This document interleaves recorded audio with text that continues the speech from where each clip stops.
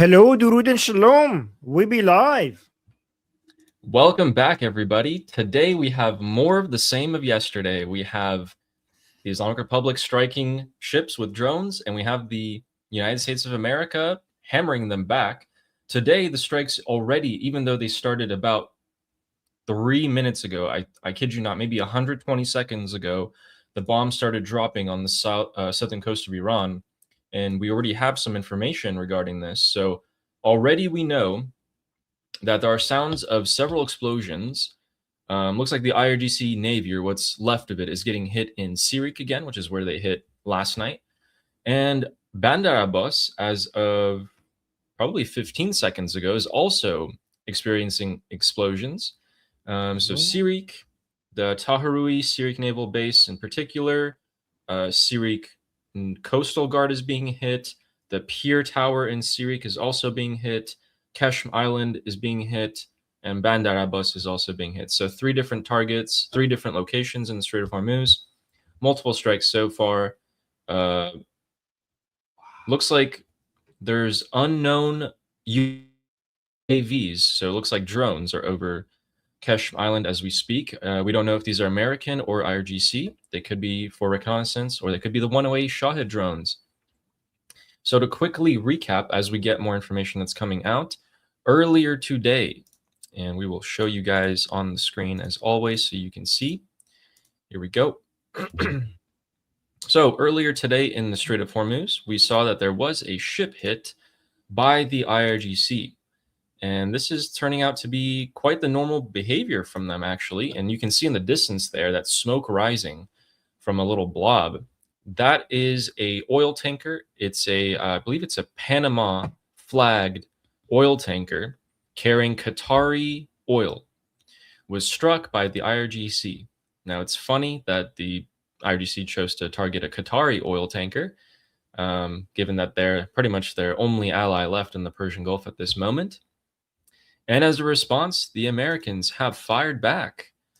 And we have this confirmed so far. So just so you guys can see, this is confirmed that we have our credible source, Shin, here, who gets direct information from people in Iran.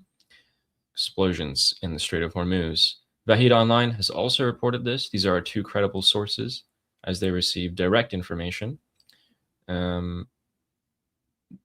Looks like the IRGC Navy is firing as well now. So let's see how long this lasts. As per usual, if we take a look at the regular patterns, what ends up happening is that the Islamic Republic is like, hey, ships can only go through this part where they have to coordinate with us. And then ships are like, we'll go through a different way. IRGC starts shooting them. The US is like, this isn't part of the deal. Starts hitting the IRGC. And then the IRGC target Kuwait and Bahrain, just like they did today, actually. Armin, did you know that they launched Shahed drones towards Bahrain again today, this morning? This was their response to last night's American strike. So let's see what their strikes tonight will be. Oh, you're muted. Wait, what did they hit in Bahrain? They hit nothing. It was intercepted. Because Shahed drones are very slow. Oh, yeah. And they make loud noises, which is make it easy to detect. Yeah, absolutely. So, guys, we're going to be talking about, we're going to be breaking news to you as soon as we get it. Oh, okay. I think we're going to get a bit more news tonight from the strikes than we usually get. These are unconfirmed, so I'm going to wait for them to get confirmed first. But we have the news of that coming out. We're going to be discussing what's going to be happening from now here on in Israel and Lebanon, because it actually is really important when it comes to Iran. Then we have the actions of JD Vance and Marco Rubio. We're going to compare them for you guys and potentially let you decide, has Trump backed a certain person? Has he backed Marco? Has he backed JD when it comes to the next elections? Is he quietly doing it, or is he openly doing it? So we'll kind of decipher that for you so far. And you might be surprised, actually, at what's been going on behind the scenes. In addition to that, this morning, Crown Prince Reza Pahlavi had an interview released on all of his social media and I took a listen to it live, and I wrote down some notes regarding it, as well as a couple of clips that I managed to find. He has directly talked about arming the Iranian people, has given us a clear confirmation on where that's heading. And he's also directly talked about the MOU. He's given us his thoughts on the MOU. So we'll go ahead and cover all of that in the next 2 hours that we have here. So, wow. Armin, how was your live streams today? Thank you. Oh, it's pretty good. It's pretty good. But I'm so excited to go over everything that you just mentioned. That's a pretty good list. Wow. And good job. Yeah, we have a great guys, list Ali. today. Yeah, guys, Ali went and took notes. He watched his Persian live streams and he takes notes for us and he does so much research. And thank you, Ali. That's a lot of preparation for today's stream. Oh, yeah, of course. No worries. Okay. And later we will have a poll. Guys, later we will put up a poll. Marco versus Vance. I saw people asking for a poll. We will put a poll once we get to that topic. Yes, we will. All right. So I'm trying to decide here. We have... Should we talk about the Marco JD? Should we talk about Crown Prince Rizapadavi? I think maybe Crown Prince Rizapadavi. People might want to be knowing what he's been talking about lately. And then we'll do the Marco and Vance poll. The poll. Yeah, it's a great idea. You know, additionally, the clerics in the Islamic Republic have come out and they've given a stance. They're starting their sort of operations as well. Did you know that? Yes. The Assembly of Experts and the Assembly of Experts in Iran, the Nabavion, all these clerics are coming out and they're making a move politically. So things are starting to finally take place, and it's not in coordination. They're not in coordination, guys.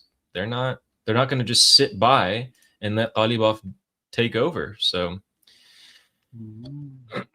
start off with this clip from His Royal Highness. Mullah Strike Back. The Mullah Strike Back. So guys, this will be in Farsi. We'll translate it for you guys though. His entire interview was in Farsi. یکی از بحث‌های کلیدی که و بجاست که راجع بهش اشاره بکنیم انتظار همیهنانمون هست که So, do you want to go ahead? You go for it. He's saying one of the most key points that we need to talk about is the expectation of our compatriots. خب دفاع مشروع چی شد؟ ما که نمیتونیم دست خالی از پس این سرکوبگران بر بیاییم. What happened to legitimate defense? We cannot fight against these forces, these oppressing forces with empty hands. Is he going to be talking about arming the Iranian people? چه لوازم اضافی تری در این حرکت لازم داریم که بتونیم از پس اینا بر بیان؟ What additional tools are we going to need to be able to fight against this regime? Guys. این دقیقاً نکاتی است که در قالب تغییر تاکتیک بایستی در نظر گرفت و قطعاً روی مسائل داره کار میشه. He says this is something that in we should be talking more about when we change tactics, and this is something that we're working on. They're working on the issue of arming the Iranian people. Guys, oh my God, Ali, what do you think? This is a great confirmation. Guys, no matter how much me, Armin, Goldie, Tusi, anyone, Morad Vaisi, anyone might come out and talk about this, it does not have the same effect as Crown Prince Rizapadavi saying it. He says it, and now everyone is like, this is what we're doing now. Instant coordination. Amazing. This means that the Arm Us campaign was on the right path too. So we were doing the right thing. Yes. Yes, absolutely. So the interview itself was, I think it was like a 25-minute or 30-minute interview. So I was listening to it and taking notes because obviously all this is Farsi, and I wanted you guys to understand.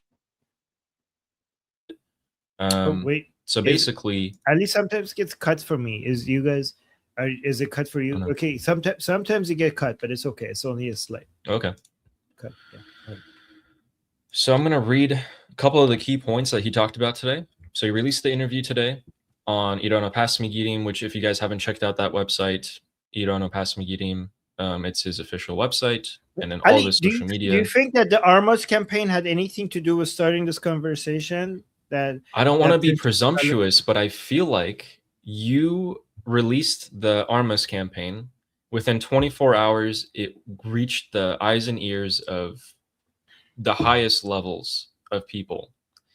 And then at the same time, Saeed Ahmadinejad, the right-hand man of Crown Prince Reza Pahlavi, started coming out and saying, this is one of the additional points that we need for the Iranian people to win. And then boom, the next time Crown Prince Reza Pahlavi comes out and talks, he talks about it. And what it could have happened was he saw your videos, checked in with his sources in Iran to test the appetite or, check things, and then was like, yeah, we can do this. We can do this. We already got the publicity for this. Why not push for it more? And honestly, maybe they were already doing it. It's not like they would share that information, but since you got it out publicly, then why not? I definitely think you helped. Must feel good. So, guys, we did try to normalize talking about it. That was the point. Yeah, but okay. Yeah, absolutely. And it was really well received what you did. So that definitely helped. 100% helped.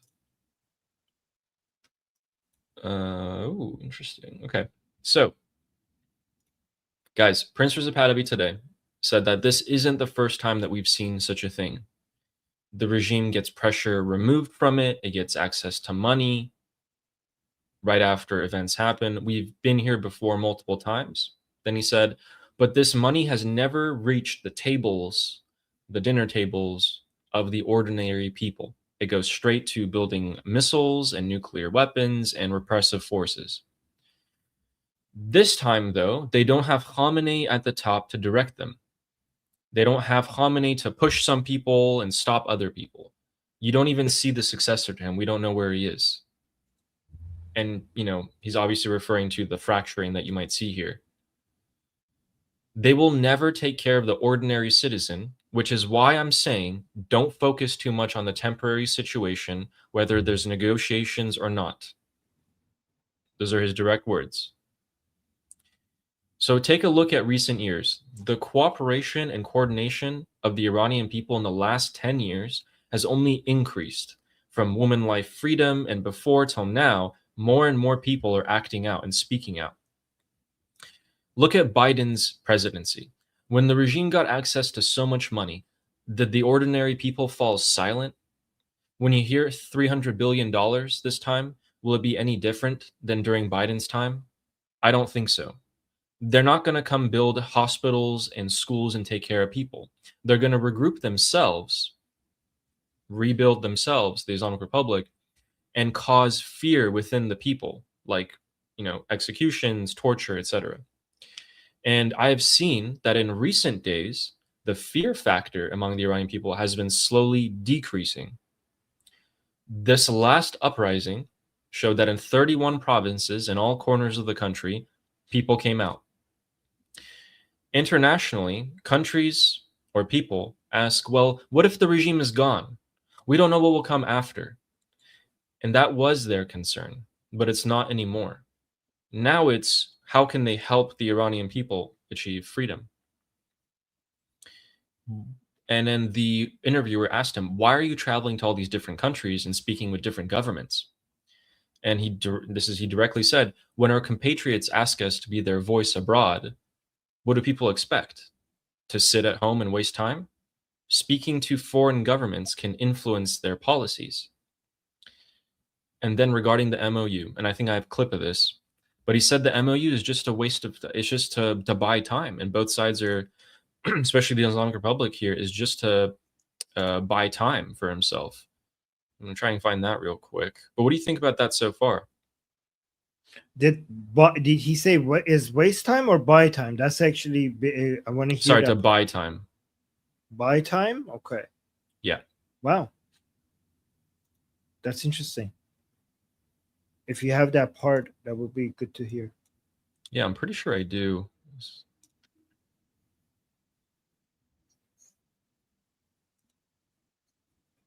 Oh man. It's okay. I think the post got deleted on X, but here, I'll find it again in a few minutes. But since Don't worry, then, don't or worry. until then, Get it tomorrow. Get it tomorrow. Get it tomorrow. Get it tomorrow. yeah. Yeah. Interesting. Oh, CENTCOM. Did CENTCOM just post? Is this today? Ooh. It is. Okay. Guys, real quick, before we go back to that discussion, I haven't read this yet, but it says U.S. forces conduct additional strikes after Iran's latest commercial ship attack. So again, Islamic Republic attacked another ship today. This is the response. All right. Iran was given a chance to honor the ceasefire, but then it attacked this morning at 4:30 a.m. the Panama flag tanker that had 2 million barrels of crude oil in it. So then CENTCOM forces launched strikes today in direct response on Iranian military surveillance infrastructure. So that's the radar and communications towers that they have, communication systems, air defense sites, drone storage facilities, and mine layer capabilities. Okay, so they've gone after quite a bit more tonight. But here's the thing. Ships,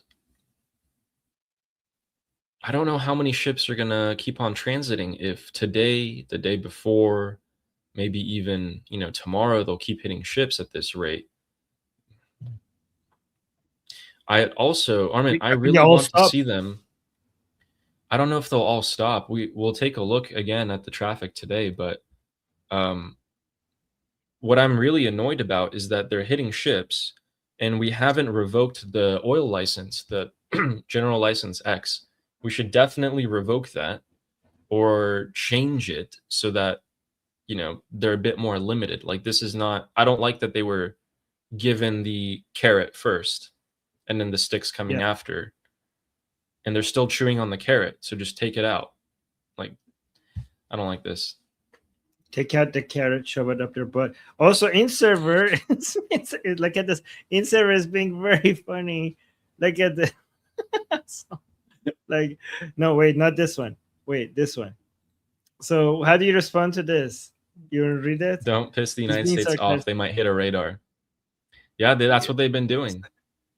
No, so he's not happy with how the level of response. They're like, oh, wow, U.S., big deal. They're violating the MOU and you're hitting a radar.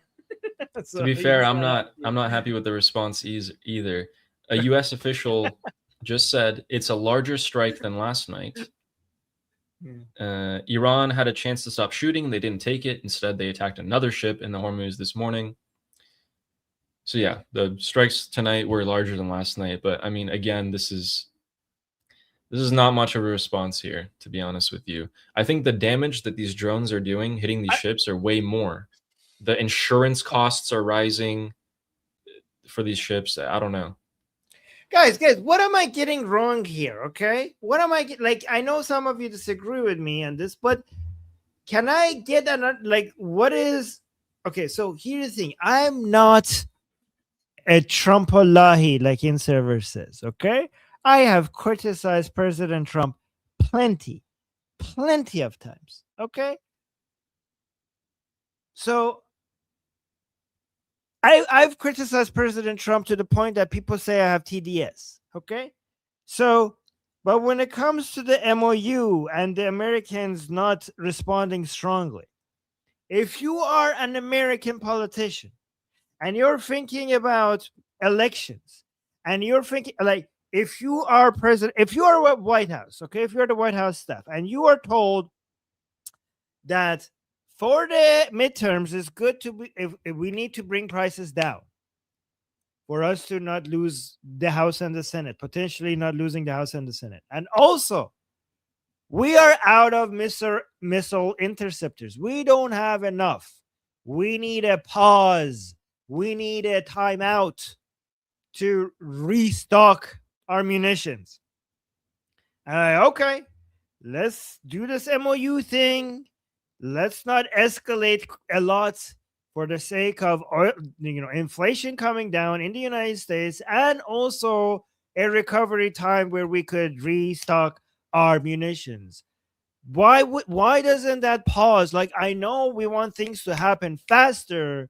I just don't think that this is a video game where you press a button and your enemies go boom. Okay, it doesn't. It's not. I don't think it works like that. I don't think I know you guys know that United States is the world superpower, but just because it's a superpower, it doesn't mean that they're sitting behind their desk and like, hey, there's a button that if we press, all our enemies will disappear. Should we press it or should we not press it? And you're like, oh my God, why are you not pressing that button? Because that button does not exist.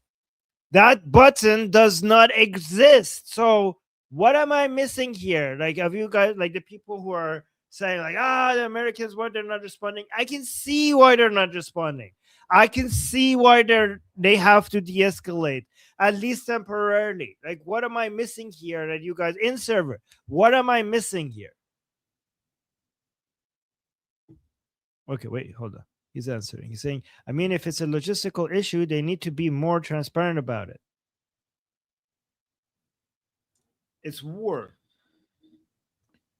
I think they have been transparent about it. We all know that they gave orders to Lockheed and all the other defense companies to supply them over the next couple of years. I mean, in the middle of a war, you're also fighting information and psychological warfare. Okay, so you can't. The messaging that you put out there needs to be a messaging. You can't just, certain things are obvious and are out there. Okay, but you are managing. So, for example, if the United States comes out and says, imagine if the United States comes out and says that we're officially not going to escalate until the midterms and until we resupply our munitions.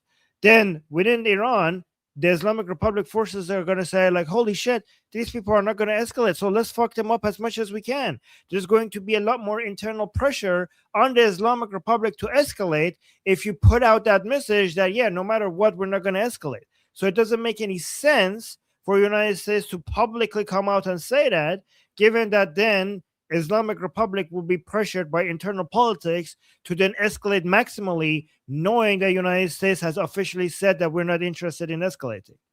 That doesn't make any sense to put out that message out there publicly like that. But we know. And also, they can't really ship the munitions. It takes a long time, it takes months. So they actually fly them, which is why we see all the munitions flying from European bases into the Middle East. We also have a new location unlocked in terms of strikes. Show you guys. So they struck. Okay, so guys, this is the Strait of Hormuz, right? Right here. They hit this island, Kesh. They hit this place, which is an IRGC, like fast attack boat fleet with like tunnels and all of that. But now they've also hit this area, Bandar Lenge. So I'm not sure what quite is in here. Could have just been more of the same around here or something, but yeah. These strikes were larger. Okay. So now just a radar. Oh. Is this where the radar was? Hold up. Okay, so it looks like one of the radars were right here in Qashm Island. Interesting. Cool. All right. Well, there you go. All right. Let's do the super chats and then go Rubio versus Vance, and we'll also set up a poll. So do you want to do the super chat? Let's do it. Yeah. Rogers became a YouTube member. Welcome. Welcome to the show. What should we call ourselves, Armin? I've been typing A2. A2? But I don't know. Is there anything else?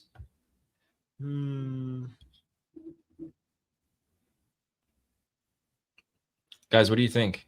A2? Yeah, let us know in the comment. Double A. Double A. Pal. Mushjun says, give us some alligrams. Find them juicy, cannot see them, not on 2C. Show a few very soon. Merci, Alijun. Okay. Again, I go through this, and these guys have been so lackluster. But, okay. As I said that, in the last, 3 hours, there's 1,000 messages that these guys have typed. But, yeah, as we're doing this, I'll look through it. A squad. Oh, here. A squared. A squared. Or the A squad. Sounds pretty good. The yeah, Mushin, I have some ready for you. Okay. Yeah. No, let's go to the super chats. Then we do Rubio Vance. Then we do alligram. Let's do it. Justin says, now who could His Royal Highness be working with on this issue of arming the Iranian people? Ukraine. That's why he maybe went to Ukraine. Maybe. Yeah, it wouldn't be a far cry. I mean, Ukraine is sitting on the top of the Caspian Sea there, and they could get weapons into Iran. They could. Yes. And Justin also said, rhetorical question. Well, who do you think, Justin? Who? Could it be President Trump? Could it be Zelensky? Could it be Benjamin Netanyahu? Because all of them would work, really. Why not do all of them? Help work with all of them. Jala Strauss is saying, Armin is always right, remember? About arming the Iranian people? Oh, yeah. Well, not always, but thank you. Completely correct. And Selectivist says, time to ceasefire the living shit out of them. We are. Hey, I'm going to steal that. That's pretty good. I like that. I'm going to steal that from you. Let's ceasefire the living shit out of these fuckers. That's what it's doing to me.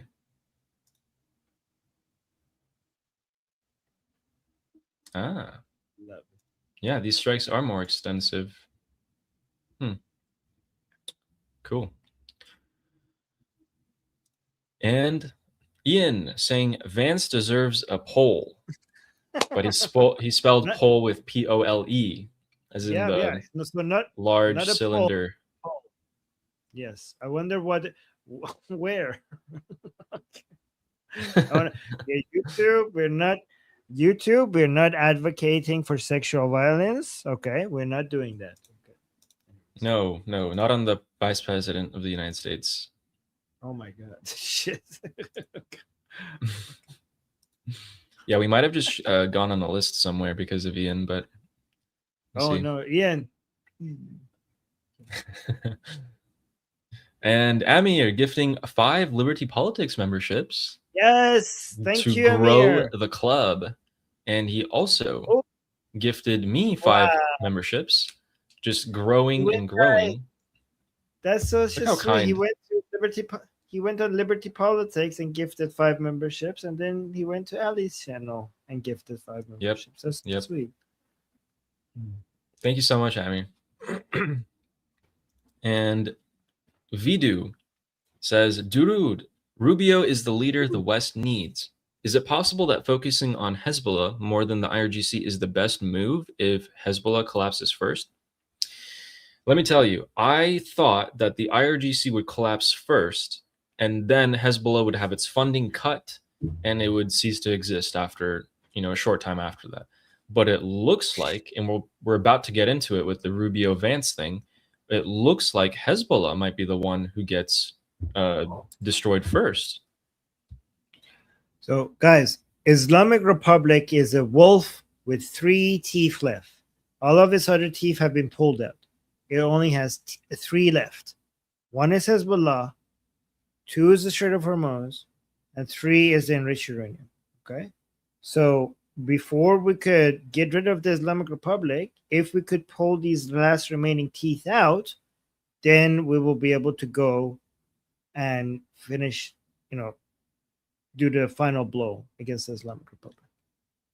And the Houthis, of course. I mean, come on, guys. They're a thing, I think, still.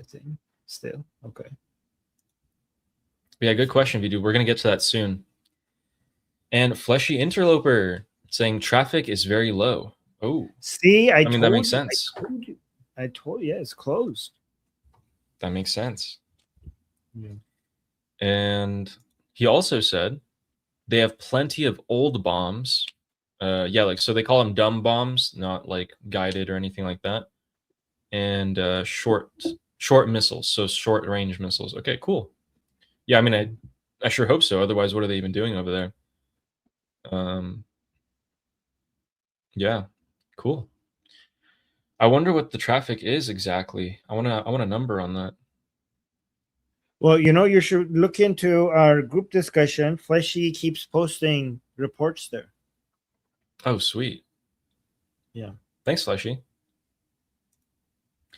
And Guy, who says major lack of interceptors to defend the Persian Gulf states. It's a major risk to attack now if the regime doesn't fall immediately. Also, get Ali to 2K subs. I think you guys should get Guy to 1,000 subs, actually. Do you want to pull up his channel? Oh, wow. Look at that. That's so sweet. Wow, guys look we at have this. Ali Army. Guys, look at this. Look at Ali. He took an opportunity to promote his own channel, and then he's like, no, let's promote Guy's channel instead. What a sweet man. What a sweet guy. Look at that. Okay, let me put. So this is Guy's channel, and here's the link to. So yeah, guys. We're getting so 380 subscribers for Guy, who's going to be focusing on Israel. Look at that. That's fantastic. So Guy, let me put. You know what? I'm going to put the link to Guy's YouTube channel in the chat, but we also have to put Ali's link to Ali's YouTube also in the chat. Both. I put both. So make sure you subscribe to both of them. Guys, Guy. So Guy is going to be covering the Israeli elections that are coming up soon. If you want to know what's going on, Guy gives a really, really good, like non-partial. He's not taking sides. He's just telling you what's going on, and then you can make your own opinion on what's happening in Israel and how that relates to wherever you live or what you care about. So definitely follow him there. So guys, I need your help in the chat, okay? Because we're creating an army, and me and Ali would be more Iran focused, right? The monkey, the Greece monkey, he's going to be focusing on US politics. Guy is focusing on Israel politics. And I need your help to peer pressure Nail Bunny. Is she here in the chat? I saw her. She's here in the chat. She is here. We need her. We need her to cover the UK politics, okay? And she's not responding to my to me. I'm trying to get her to create her own YouTube channel, and we promote her and we add her a segment to cover UK politics. So please, whenever you see her in the chat, be like, yeah, Nail Bunny, open, start your own YouTube channel. She's great. She's amazing. So we will have a complete set of main countries. Yeah. So quick little update. It looks like strikes are still ongoing in the Strait of Hormuz by the U.S., which is it's been about roughly an hour now since the strikes might have begun, 45 minutes or so. Maybe they're double tapping. Who knows? And Guy also said Team Alarmin. Ooh. Guy, I don't know about that one.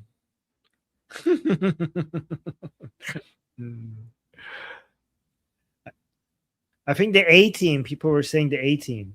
Nail Bunny was saying the A team. A team in the chat. The A team. Yes, there are more explosions. Okay. Yep. Another round of fresh, good old explosions happening in the Strait of Hormuz. Cool. Yeah, thank you, Guy. And Justin saying, would the Basij be a fourth tooth? No, the Basij would be the balls. Yeah. The testicles. Yes.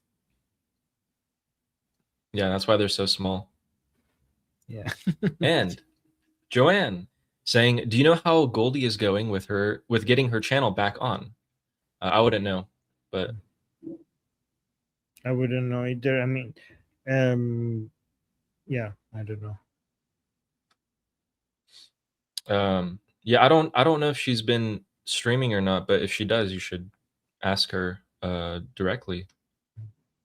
But yeah, I'm sorry, I wouldn't tell you, or I wouldn't be able to tell you, Joanne. But thank you for the super chat. Thank you. And the Eden fam says, a guest on the Call Me Back podcast who is well connected with the Israeli intelligence community claims that Vance is working very closely with Netanyahu. This is all a charade. Oh. I mean, guys, if you are dealing, I'm sure you have to be working with the Netanyahu, even if you are taking positions that is not in his favor and he doesn't like.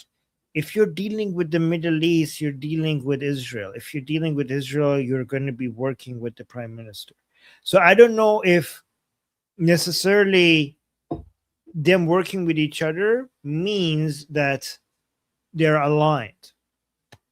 I don't think Vance is aligned with Israel, to be honest. I don't think he is. But I do believe that they're working with each other because they have to. Like, how could you deal with any Middle Eastern issue? How could United States deal with anything in the Middle East without working with Israel? There's no other choice. So the mere fact that they're working with each other doesn't mean they're aligned. Yeah. Absolutely. In the like, Also, for example, here's how you know how, like, in your office you're working with this coworker that you hate. Okay, you might be hating each other's guts, but you're still working with each other, right? Something like that. Yeah, exactly. Yeah, that's a really good way of putting it. Yeah. I could think of a lot of people I had like that. And Fleshy saying 5 ships in the last 24 hours. Ooh. Wow. Ooh, guys. Fleshy is our oil tanker watcher. Fleshy is the channel's official oil tanker watcher. And he's 5 ships in the past. Okay. 5 ships. That's so bad.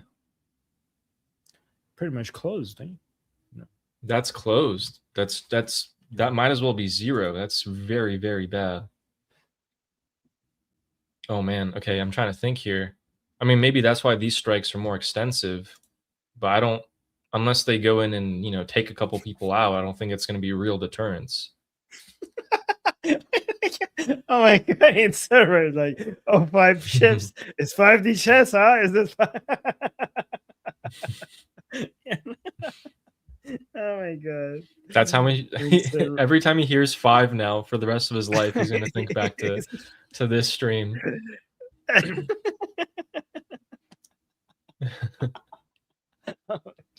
The trauma. Oh, and now, just now, a U.S. military official has said the American strikes on Iranian targets tonight have now ended. So after an hour of striking the Strait of Hormuz, probably like a dozen times or more, that's it for tonight. Now let's see Kuwait and Bahrain get blown up to bits. Oh my god. Kuwait and Bahrain. They're not touching UAE anymore, huh? Like, they went really aggressive. UAE must have really paid them. The fuckers paid the Islamic Republic, didn't you? You fuckers paid the Islamic Republic. No touching Saudi anymore. No touching the UAE. It's just Kuwait, Bahrain. Yeah, at one point during the war, the real estate prices in the United Arab Emirates, so guys think like Dubai and all that, dropped by 75%. If you had $1 million home in the peak part of the war, obviously you didn't know that it was going to like, be a ceasefire soon, right? You just thought it was going to keep on going. And the UAE was getting hammered over almost 3 times as much as Israel was at that point. Yeah, if your $1 million home in Dubai would be like $250,000, which was crazy. What? Yeah. Did it go back Because their up entire later? it went back up. Yeah, it went back up, but it's like it's not all the way back up yet. So yeah, they definitely must have cut some sort of deal with the Islamic Republic to get hit less. At the same time, I think they cleared the market on any missile interceptors they could have possibly bought. Their entire economy, I mean, depends on them being safe. Yale from Jerusalem says, first Hezbollah, second close the strait and let the European Union deal with it, and the Islamic Republic will be beyond their current weakness. They will disappear. The Houthis are a joke. Watch out for Turkey. So we got some wild statements here. I agree with watch out for Turkey, but to let the European Union can't even deal with themselves, much less the Islamic Republic. I think they've been strongly considering to send some minesweepers into the Strait of Hormuz for like months. They're still strongly considering. So maybe one day they'll stop considering doing it and actually do something. Oh my God, I have some words for the European Union when we get to the Lebanon issue, by the way. Okay, go on. Okay, here's my plan. Okay. Offer the Islamic Republic billions and billions and billions and billions of dollars. Give a small fraction of it as a show of good faith. Sign the MOU, sign a deal, sign a peace deal. Go in, get the enriched uranium out, and as the second after you step out, say like sign the peace deal, promising nobody will be killed. We will have peace forever and ever. As long as you let us come in and get the enriched uranium and also destroy your other enrichment facilities. Destroy the enrichment facilities, get the uranium out, and as soon as you got it out, bomb the fuck out of everybody. Kill everybody. Okay? Kill everybody, like all of them. Right? So just do whatever deal you need to make to get the enriched uranium out and destroy, if you can, destroy some enrichment facilities as well. And then as soon as, before the ink dries out on the peace deal, kill everybody. How do you like that? Do you like that plan? That's my plan. Yeah. Yeah. If only we did that. We wouldn't be here right now. No, wait, Oh, man. no, you have to, no. If only you did that, you have to wait. You have to first get the enriched uranium out. Make a deal with the Islamic Republic that everybody would have TDS. We're like, what the fuck? This is the JCPOA, but 1,000 times worse. Make the Islamic Republic, give them something so good, and then as long as they get the enriched uranium, as long as they give their enriched uranium, just be like, we will do everything. You want $300 billion? We will give you $600 billion. Just get the fucking enriched uranium out, and then as soon as it's out, kill everyone, bomb everyone, kill everyone, go all out. That would be my plan. I'm all for that. I mean, I'm actually not, YouTube. That sounds like a terrible idea.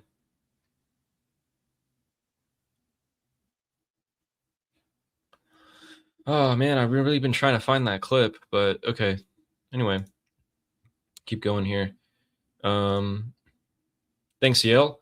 And we have File saying, in worst case scenario, what would it take for the Islamic Republic to remain? And when it falls, how do you think they will de-radicalize the IRGC and Basij remnants? You got this one. You've been saying this for a while. What would it take for the Islamic Republic to remain? Okay. In worst case scenario, the Americans leave. The Americans release, billions of dollars in frozen assets to the Islamic Republic and remove the sanctions, and remove the blockade, remove the sanctions, and they put pressure on Israel not to escalate things with the Islamic Republic, and they don't arm the Iranian people, and Ghalibaf wins, and Ghalibaf gets the upper hand, and Ghalibaf manages to successfully rebrand the Islamic Republic from a theocracy to a military dictatorship, with and maybe, like, just to make it even safer, he starts giving social freedoms in Iran, but no political and no economic freedoms. So from the three types of freedoms, just as a rebranding to make it seem like everything has been fixed so that the world stops paying attention, they actually do give social freedoms to people, like less hijab rules, less, lifestyle rules, but then political freedoms will stay at the minimum and economic freedoms will stay at the minimum. And they will, that way the Islamic Republic does a successful rebranding. We call this Pustandazi in Iran. So that's the worst case scenario, right? So, and when so that's the worst case scenario, right? And when it falls, how do you think they will de-radicalize IRGC, Basij, etc.? Okay, so a lot of the IRGC and Basij are doing work because they're getting paid for it. So as soon as that money stops, a lot of them will just accept the new jobs by the new military in Iran, as long as, and Prince Reza Pahlavi said, as long as we don't have any direct proof of any of them doing killings directly themselves or anything like that themselves, they should be brought into the new army of Iran. Just in the same way with, like, when the Nazis fell, like the soldiers of the Nazi army were moved into the new army of Germany. Like, it was only the leaders were punished. Not every soldier was punished, right? Unless you have actually, if you know that anybody was specifically involved in killing the Iranian people, then those people should be punished, but everybody else would be brought into the new Iran's army. And for a lot of them, honestly, you don't need de-radicalization. A lot of them are just working for money. A lot of them who are actually crazy, who are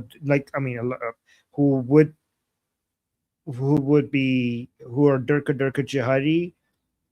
There's two categories: the ones who are just complaining and radical, but they're not going to do anything violent about it. They're just the crazies in our society with shitty political ideas. I think those people shouldn't be up to the government to de-radicalize. That's the responsibility of activists and the civilian population to respond to that, because we don't want the government to basically thought policing. I think not everything should be done by the government. It's the responsibility of people like us to fight against bad ideas in the government, in the society. With the ones who want to commit violence, then obviously those will be our terrorists. That would be our Hamas. That would be the terrorist groups that we have to deal with. And I think that we need to have our own Savak back. We need to re-establish Savak, which is the intelligence agency that we had before the fall of the Pahlavi dynasty. And we need to immediately go back to partnership with Mossad, because before the Islamic Republic, during the Pahlavi dynasty, Savak and Savak, which was Iran's intelligence agency, and Mossad, Israel's intelligence agency, were cooperating with each other, and they were even training Savak. Mossad was training Savak. We need to immediately go back to that, so that Mossad could come into Iran and help Savak find and identify and arrest these people and neutralize them. Very well said.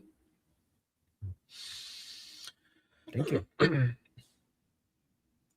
And Mark of Reality says Britain only has like 5 working ships. Yeah, it is such a tragedy at what they've allowed to be done to their navy from the past 20 years. It's been terrible. You mean 5 carrier ships? No, probably like in total, just warships in general, like anything that they might have.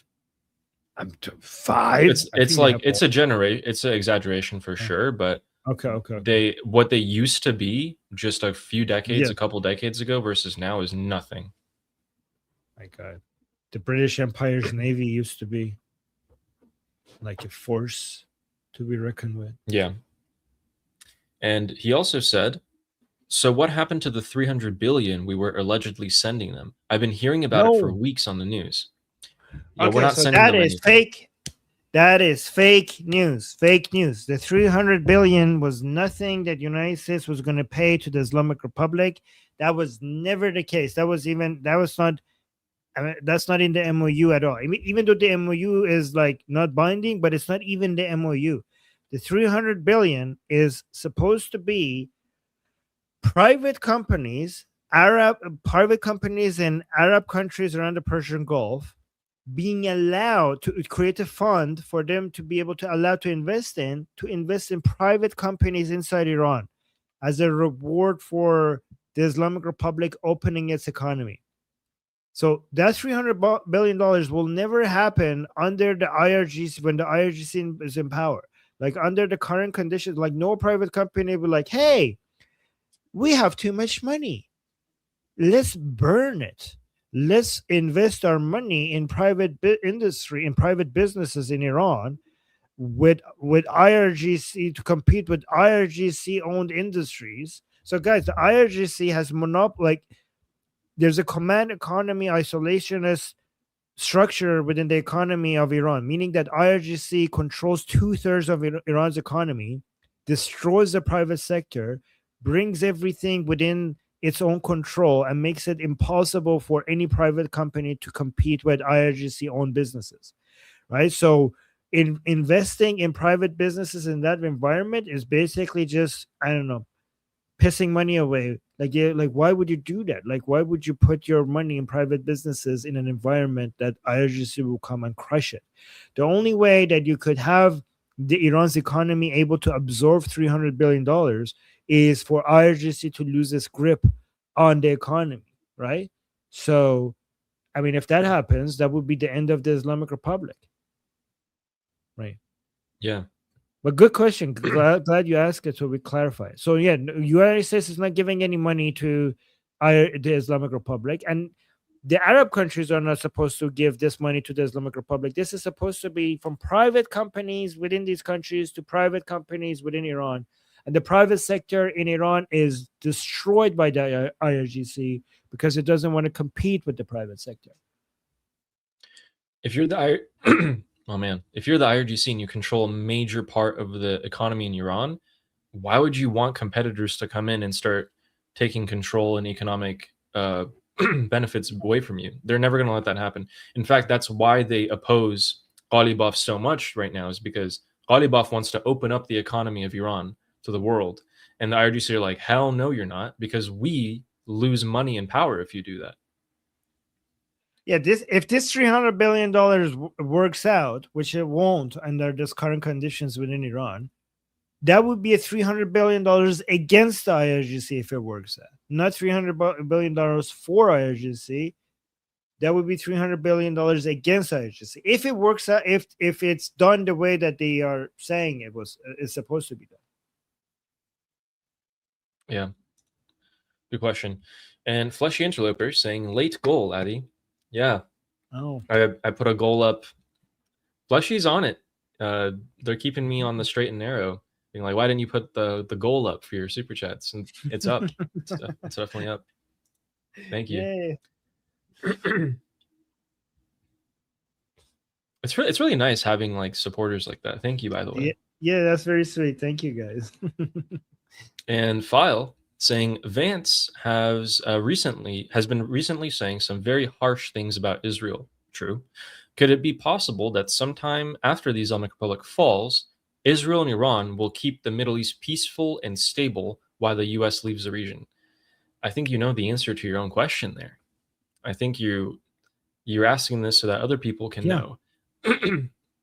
Yeah. No. Yeah. Exactly. That would be that, guys. If the Islamic Republic falls, it would be the greatest move towards, it would bring peace to the Middle East. Like it would bring, like, I mean, not one, there's nowhere on earth has 100% peace, but it will turn it into a stable, peaceful, prosperous region for everybody,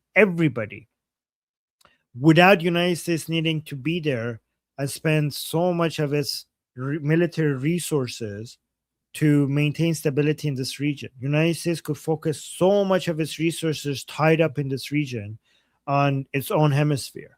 It would bring trillions. I'm not exaggerating. It would bring trillions of saving to the American taxpayer. Trillions.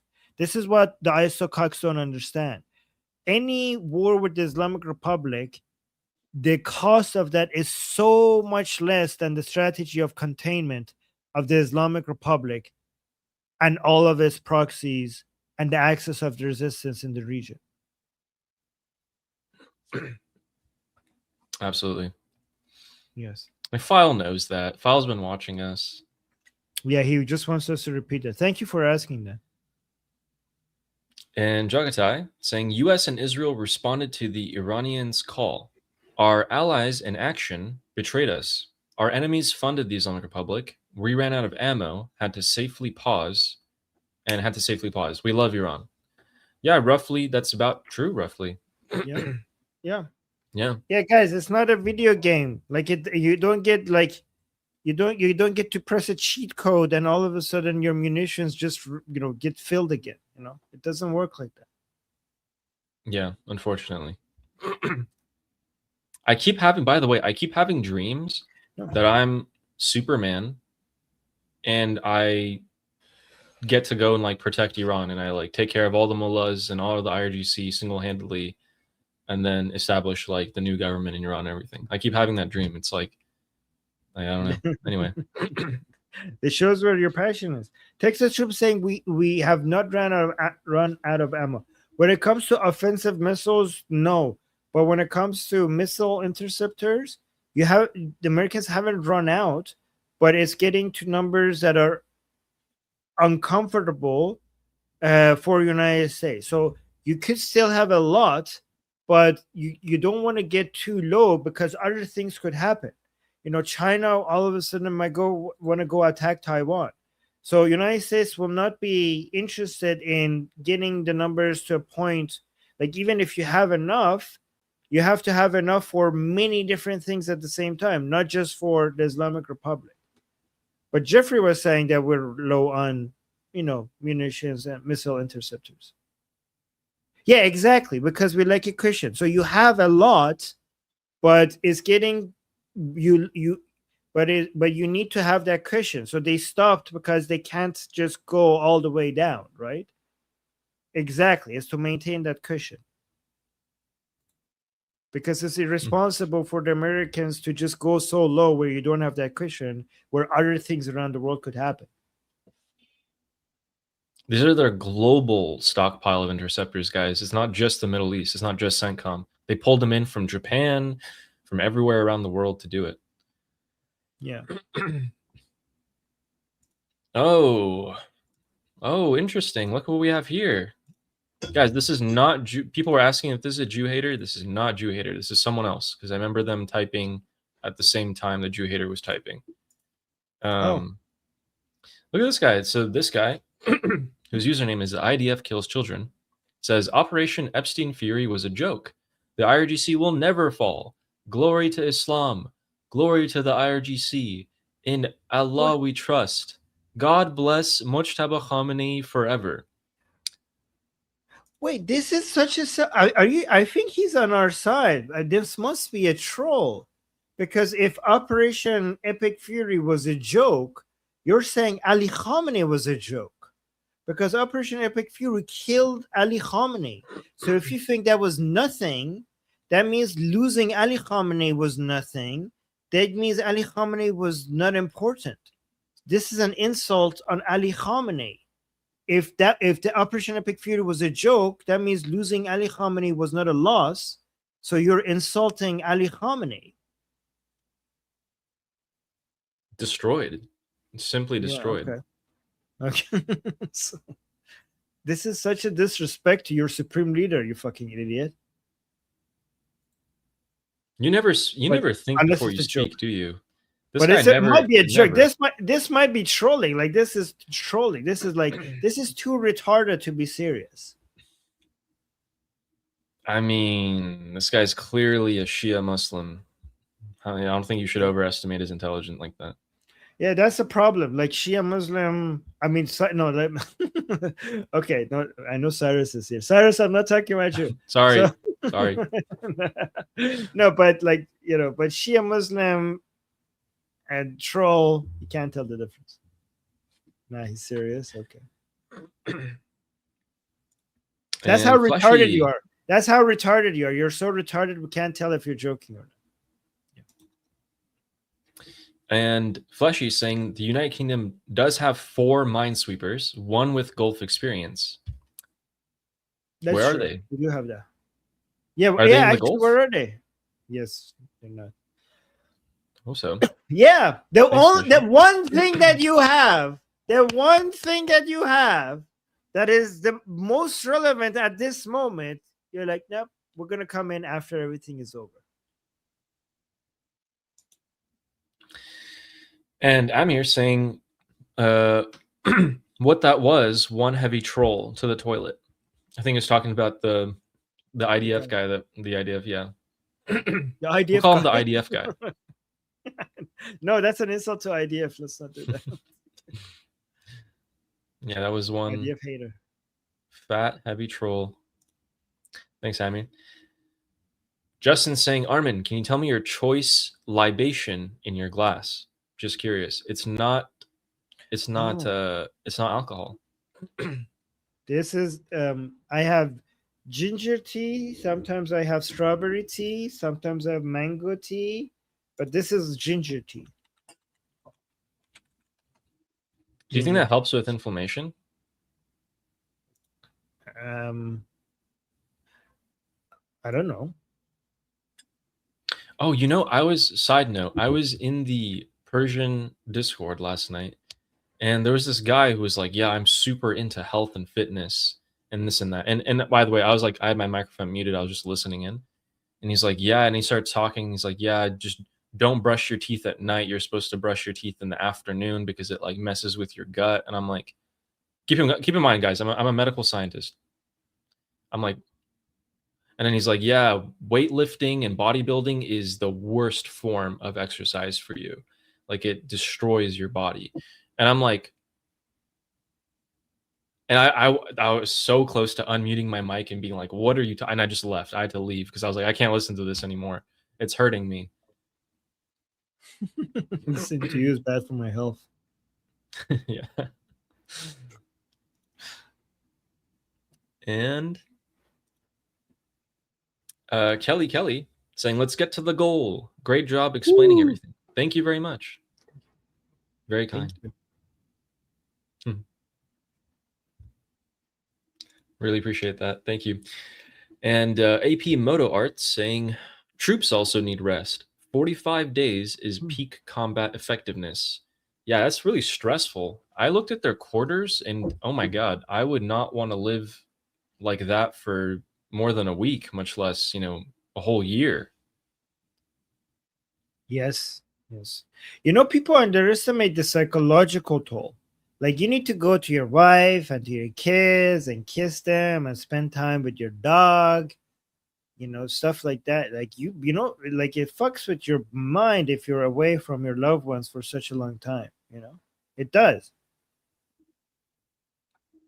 Yeah. And thank you for your service, for any service members that are out there, keeping the world safe. Thank you. And Jagatai is saying, yes, we killed Ali Khamenei as a joke. Hilarious. Yeah. It was so funny. Yeah, I mean, you guys, it was so funny. Destroyed him. Yeah, he fell for it. We're like, hey, Ali, it's okay. We're gonna have a deal, okay? Come out of your hole. And he came out, and I'm like, that was actually, you're right. That was a funny joke. Psych.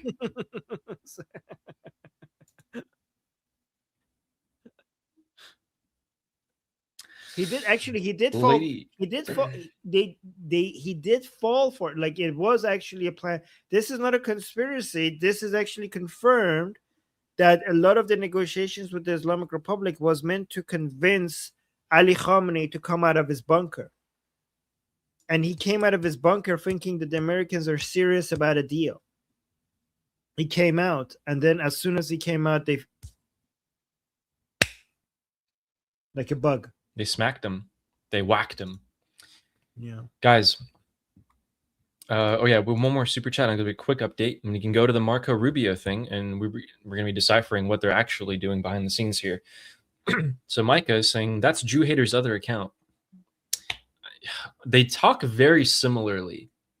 It's like room temperature IQ, room temperature attempts at trying to make us mad, as if we would get mad.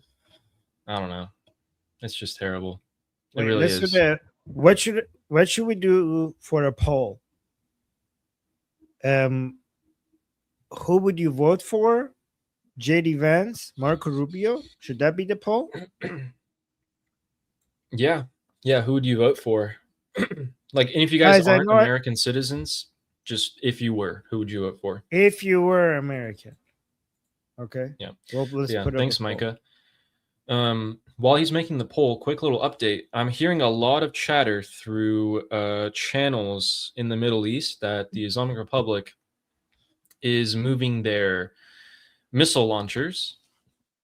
So let's see if that's just posturing, if the Islamic Republic is just moving around their missile launchers to be like, we're going to do it, or if they're actually going to hit Kuwait and Bahrain, or possibly even Israel. Who knows? So should find that out pretty soon, hopefully. So guys, I'm going to put the poll on here. Where's the poll? Show. Okay, so the poll is at the bottom left corner of the screen. So the way it works is that if you put a 1 in the chat, it would vote for JD Vance. If you put a 2 in the chat, it would vote for Marco Rubio. So 1 in the chat, just JD Vance, 2 in the chat, Marco Rubio. Okay, it's showing the results on my phone. Ooh.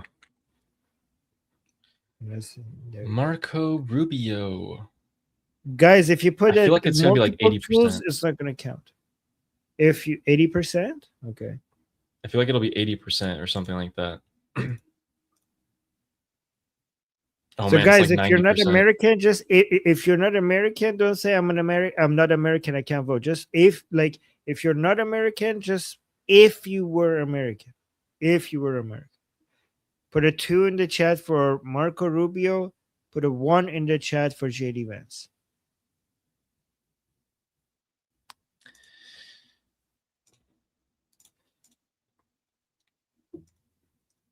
Okay. What is this? This was the historic agreement to start agreeing between Lebanon, Israel, and the U.S. And this is what caused all of the riots in Lebanon last night. They signed this. Hezbollah was like, hell no. Put all their terrorists in the streets of Beirut and had to bring in the Lebanese army with batons and riot shields, and they started smacking people down. I can't show you the videos of that because they're pretty violent. Looks like they were these army riot people were taking out their anger on these Hezbollah supporters very brutally. It was interesting. I couldn't look away. It was like fascinating because obviously we wish a similar scene would be happening to some IRGC soldiers. But Marco Rubio and JD Vance, what have they been up to? So pretty much the Israel and Hezbollah situation is pushed along by Marco Rubio and discouraged by JD Vance. Like, they have almost opposite ideas on this. Rubio's like, yes, Israel should be, defending itself. They should be taking out Hezbollah, this and that. And Vance is like, just leave them alone. Leave Israel alone. They should do their own thing. Why should we help them at all? That's kind of the general stances that they're taking. And so Vance is openly blasting the Israeli strikes on Beirut, on Hezbollah's structures, claiming that this is undermining the peace deal between the United States and Iran. Rubio explicitly defends the IDF's campaign in southern Lebanon. He calls it completely justified and necessary to dismantle Hezbollah. I think that the Islamic Republic might be about to suffer a major defeat in Lebanon. Pushing Iran out of Lebanon, the Islamic Republic out of Lebanon, and recognizing Israel through a framework agreement is a huge achievement for Rubio. It's a major step for Lebanon to join the Abraham Accords, for example, and other countries to be encouraged as well. But it depends on if the Lebanese army can actually apply pressure on Hezbollah. The idea is that the IDF from the south and the Lebanese army from the north start kind of, squeezing Hezbollah in. I just don't know too much about the Lebanese army's capability because I think everyone can, think for themselves on that. What do you think about that so far before we get to JD? So how we have been saying that the Lebanese army is weak and cannot do anything about Hezbollah. Okay. Yes. So I don't know. Do you have the agreement that the one that they're just signing right there? Do you have it? Because I think there's line 11. Okay. If you could bring it up.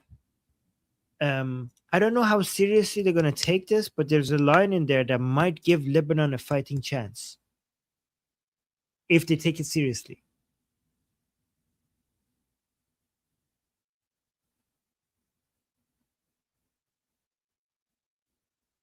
Because, guys, our point has been that Lebanese army has no chance against Hezbollah, okay?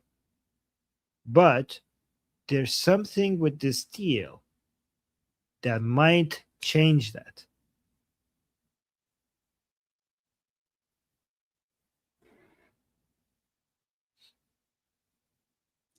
I can't really find the actual document here. Just people talking about it. Oh, wait, is this it? Okay. So which clause is it? I think it might be 11. 11. All right. This would be this one. Ooh. Yeah. Okay. Should we look at this. Remove the poll? Yeah, read it. Guys, look at this. Wait, let's finish the poll. Bring back the poll and we'll finish it because I think people voted. Let me show it. Okay, so let's stop the poll. 92%, Ali, voted for Rubio. So who would you vote for?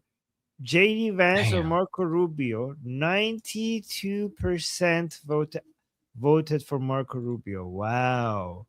So you thought it was going to be 80-20. Yeah. Wow. But yeah, that's pretty good.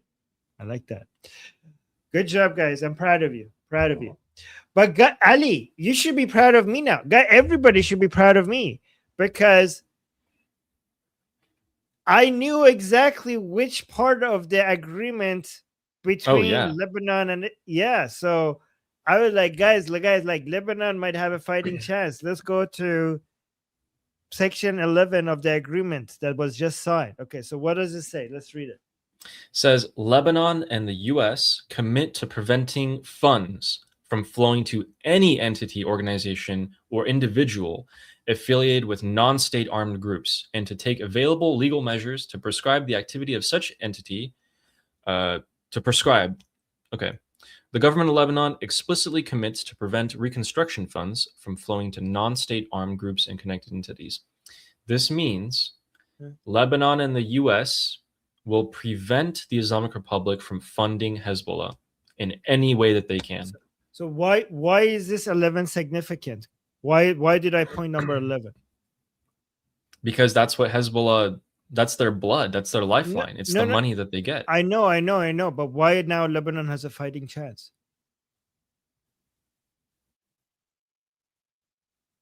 Because the U.S. Treasury is helping them? Because the United States is committed. Because number 11 is saying the United States, it's not Lebanon, commits to preventing funds from flowing to an entity. So this is saying United States is going to be helping Lebanon in stopping the Islamic Republic funding Hezbollah. Okay, this section 11 is committing United States in, so it's not going to be Lebanon by itself. United States is like, I got you, right? I mean, again, if this is taken seriously, if this deal is actually taken seriously, it's not Lebanon versus Hezbollah, it's Lebanon and United States. Look at this. It says Lebanon and the United States commit to preventing funds from falling to any entity. What do they mean by any entity? They mean Hezbollah. Okay? This is Hezbollah. Any entity, organization, or individual affiliated with non-state armed groups. This is Hezbollah, right? And to take available legal measures to prescribe the activity of any such entity, organization, or individual. The government of Lebanon. Okay, so this is United States committing. It's not Lebanon, it's Lebanon and United States committing to preventing the Islamic Republic supporting Hezbollah. I think that, what do you guys think? I think this is a big deal because, guys, why is it that Hezbollah has a much bigger fighting force than the Lebanese army? Because Hezbollah has the backing of the Islamic Republic, right? So if this number 11 is taken seriously, then that means that Lebanon has now the backing of United States, which gives them a fighting chance if this is actually taken seriously, if the Americans do actually commit. I'm going to bring back that picture that you had before. So who's signing? So there are 3 people signing, right? So the lady is Lebanon. That guy and that man with the kippah at the left is Israel. Who's that guy in the middle representing? The U.S. The U.S. Okay. So the U.S. is signing this, right? So yes, and the U.S. is signing a document saying the U.S. is going to commit to this. So that gives Lebanon a fighting chance. Not only that, but the president of Lebanon, I think his name is pronounced Ayoun or something like that, had a phone call with President Trump today, and President Trump said that went very, very well. Not that he says anything other than that, but yeah. So guys, did you like that? Did you guys like that? Like, we went and got the document, the section 11 to come, and such. Like, this is pretty. This is advanced level of shit we're doing here with you guys. Okay, I hope you guys are appreciating what we're doing here. Okay, right. If anyone is slightly confused, the Islamic Republic funds Hezbollah. It's their biggest weapon right now outside of their own borders. They use it because it's right next to Israel as a deterrence for Israel hitting the Islamic Republic. For them to lose Hezbollah, that is a major blow. Major, major blow. And we're getting not a small step, but a huge step closer to falling the Islamic Republic. Yeah, I should have been like, do the Elon Musk, the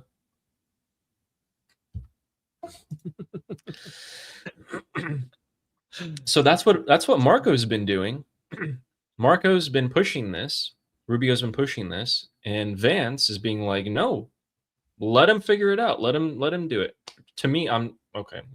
Maybe this is all a play. It's 5D chess, guys. Maybe they're behind the scenes. They're like, yeah, you do this and I'll do that. And I don't know.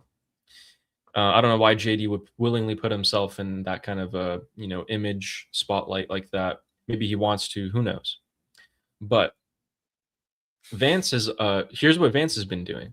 It's regarding the Gulf countries as well. Rubio and Vance, it's regarding the Persian Gulf countries like United Arab Emirates, Bahrain, Kuwait, Saudi, all them. Vance has been coming out in interviews telling the media that the Persian Gulf Arab states should fund the $300 billion that goes to the Islamic Republic. The private companies in these Persian Gulf countries go and fund private companies in Iran. That's what he's been saying. Marco Rubio flew to just the United Arab Emirates, Bahrain, and Kuwait. He didn't go to Saudi, Qatar, all the other countries. He went to just those three, which are the closest ones to the US, or the ones that he could, maybe put them in on the plan a bit more. Didn't go to Saudi, didn't go to Qatar. And he told the leaders there that if you want to fund the $300 billion plan into the Islamic Republic, don't worry about it. That's far down the road. Don't worry about it right now. And then he also explicitly told these Persian Gulf Arab countries that the United States is not going to let the Islamic Republic put tolls in the Strait of Hormuz. So Rubio's been acting out and saying very direct things and backing them up with action. Vance, I don't know so much. The only actions he's been doing so far is we went to Switzerland. He kind of, didn't look the best when he got snubbed by the Islamic Republic delegation and the Qatari prime minister.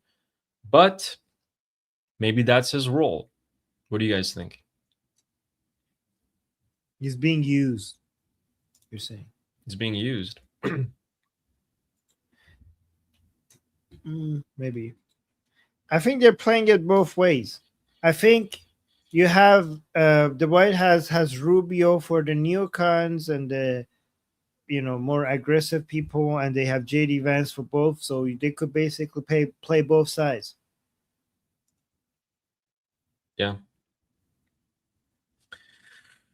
So that's what's been going on with them. I think no matter what, Marco Rubio is a more capable, smarter man and politician than JD Vance is.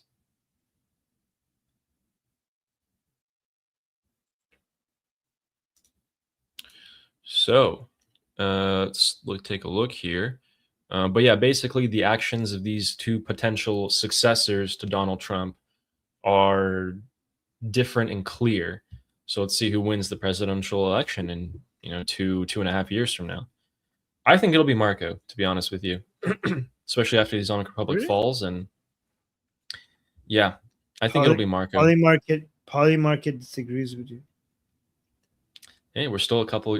It's pretty close though, isn't it? It's only like a few percentage difference, right? I mean, it's hard to tell because the elections are so far away and there's so much that could happen. Yeah. Yes. And then we got to the Lebanon part. Okay, I have some words for the European Union coming up in just a second. But first, let's take a look at the Strait of Hormuz situation real quick. A lot of the ships have been transiting through the southern side of the Strait of Hormuz, which is the Omani side, and they are not coordinating with the IRGC. Now, today, obviously, only 5 ships went by, but in the past couple of days, that's what was happening. Most of the ships leaving were going through the south side and being like, F you, Islamic Republic, we're not going to coordinate with you, which is why the Islamic Republic started hitting ships. So they're already on the losing end of the Strait of Hormuz thing, where ships aren't coordinating with them. Lebanon just signed an agreement with Israel, which is a crazy sentence to say, to disarm Iran's Hezbollah. Israel is going to focus on destroying Hezbollah, and that's going to be their role in this, next short-term area. And then the Lebanese army is going to hammer them from, above, within, whatever, right? So to the United Kingdom, France, and all these other countries who keep condemning Israel's IDF for operations in southern Lebanon, I feel so bad for you because Lebanon wants the IDF there. They just signed with Israel so that the IDF can keep on doing operations and helping them, and they're in support of dismantling Hezbollah. So once again, France, UK, all these countries are taking the sides of terrorists and war instead of people of these countries in peace, which is, as we've learned this year, nothing new, apparently.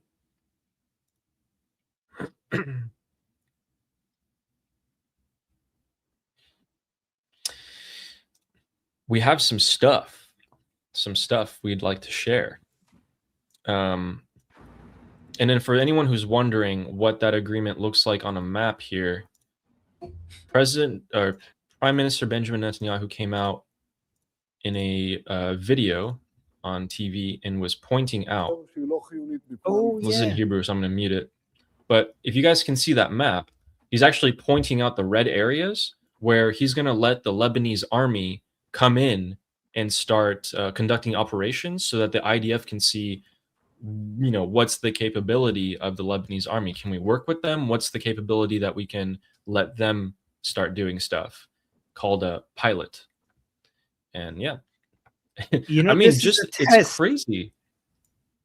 Yeah, what is crazy? Like, this crazy is that this black line is the border, and then this yellow line is the buffer zone. Look at it. This is what they've done in the past couple of months, guys. Isn't that insane? What's the They've pushed back Hezbollah this much. and what's the red area? The red area is the pilot area, the test. So they're going to test, and if the Lebanese army it has some sort of success, Israel's like, okay, good job, we could do more now. But if it fails, Keep going, yeah. But if it fails, then step back and let IDF do its thing, right? Yeah, exactly. And then he also said that we are not going to leave Lebanon until Hezbollah is destroyed. Nice. Beautiful. Love it. It's doing great. He's doing a great job. But, here's the thing. When he is coming out and talking recently in the past couple of weeks, Netanyahu's saying, I want to remind you that this is what we've achieved. I want to remind you, because the elections are coming up, and he's like, hey, guys, I did all this stuff. Remember? By the way, I noticed a lot of people are saying like this comment, by the way, thank you so much. I think it's in response to something that I said a lot earlier. And Hezi like putting a 2 in the chat as a response to the poll. I think a lot of people don't know that they're behind on the live. So guys, every time you're watching the live, like see if you are behind and go all the way to the end, because I think a lot of people might not know. Look at this, like Yeah. Hezi, you're so behind. He's saying, if you're not American, fake a vote, please. Oh my God, Hezi, when you get to this point of the stream, you're so behind. You need to fast forward.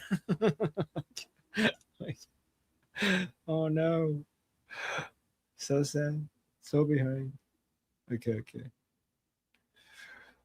Do you think? But Ali, do you think that they will be successful? Like Lebanese army will be successful?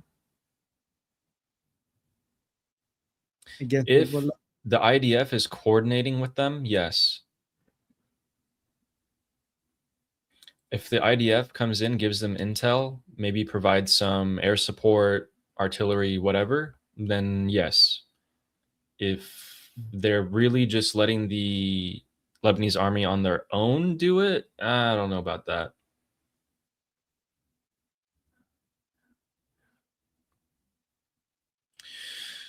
So, also, we kind of didn't really talk about this too much, but there was the joint United States and Gulf countries, the Persian Gulf countries, that made a statement. And this is what they said. They said that the Lebanese and Israeli issue is separate from other conflicts. So they're taking the side of everyone but the Islamic Republic, because the Islamic Republic is saying, hey, we want the war to be ended on all fronts. Like Hezbollah is our proxy. We need to stop the war there too. But all the Persian Gulf countries just came out with this statement with the US and said, nope. They also said no fees over the Hormuz, so again, siding with the US. Then they said the regional peace requires targeting the issue of the Islamic Republic's ballistic missiles and drones and proxies. So the Gulf countries are on board, on paper at least, with the Islamic Republic. That's a really big thing that has come out. In fact, I mean, that's a bigger step than most people realize, I think.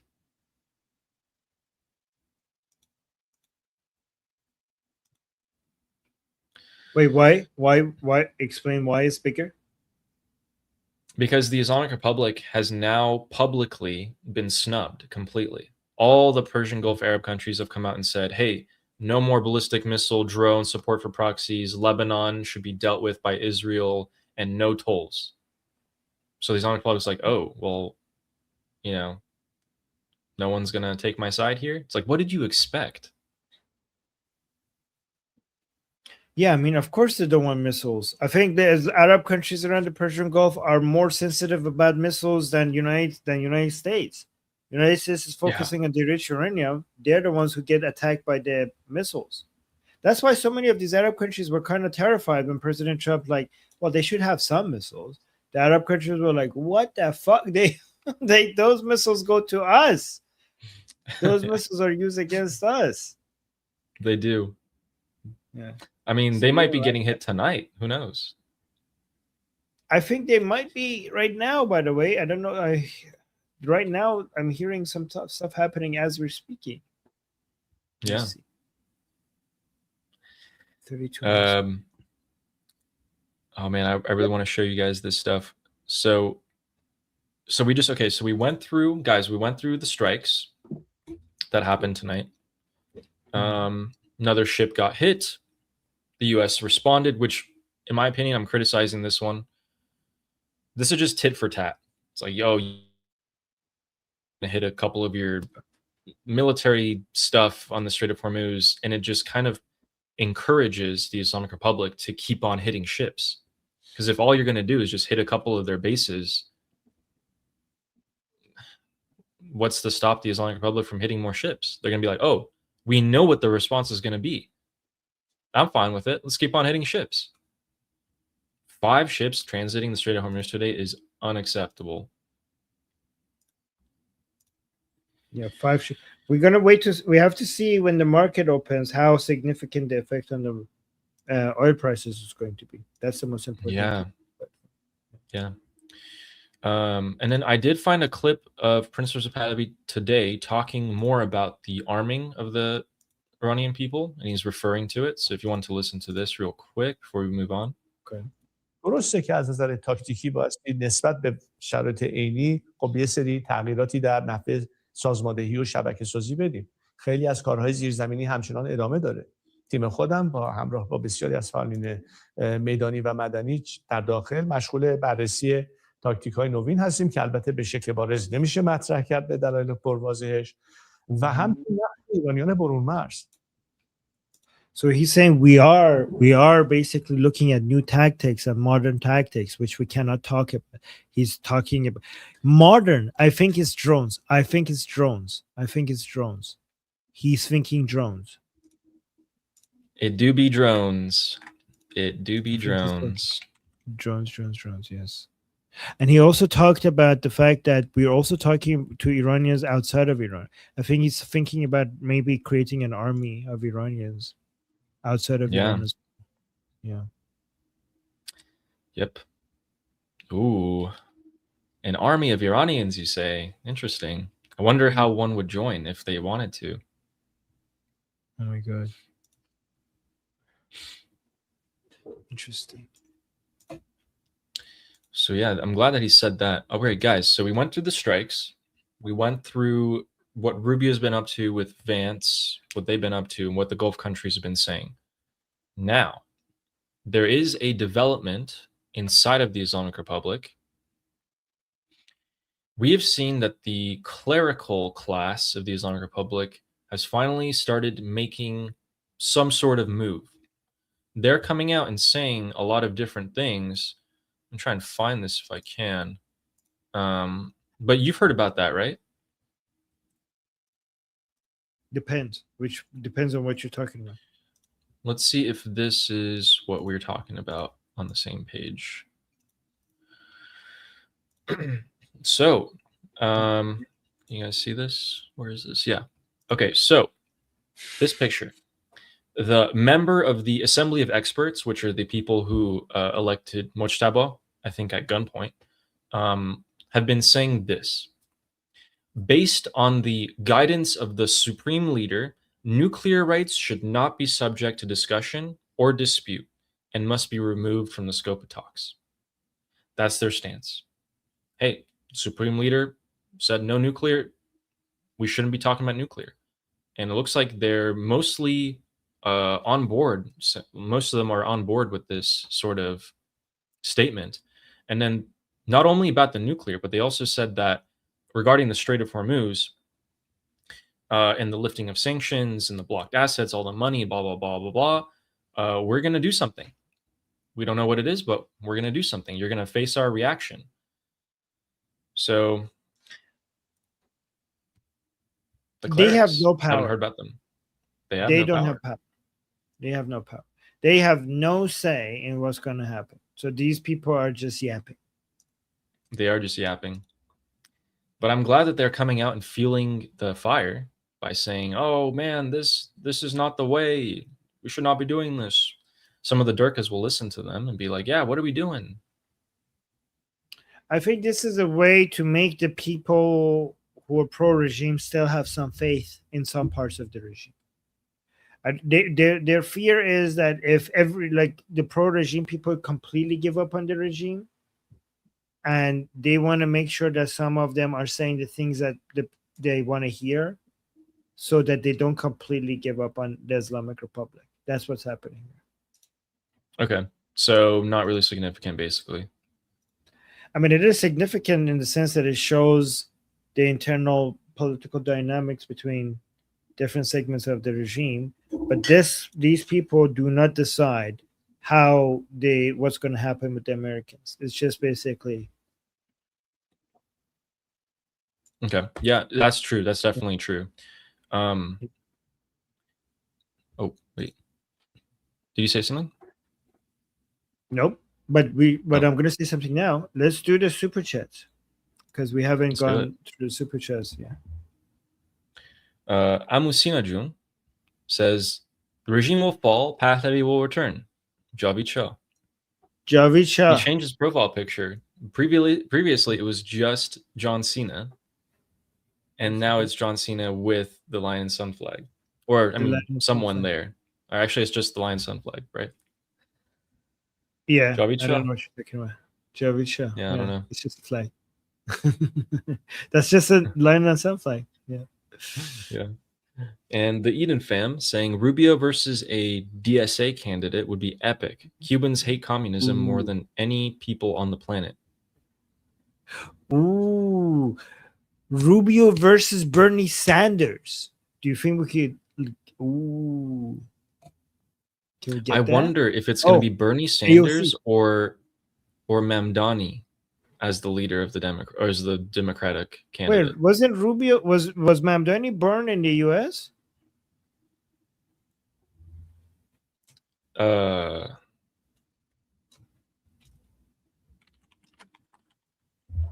No, so he can't run for president. Oh yeah.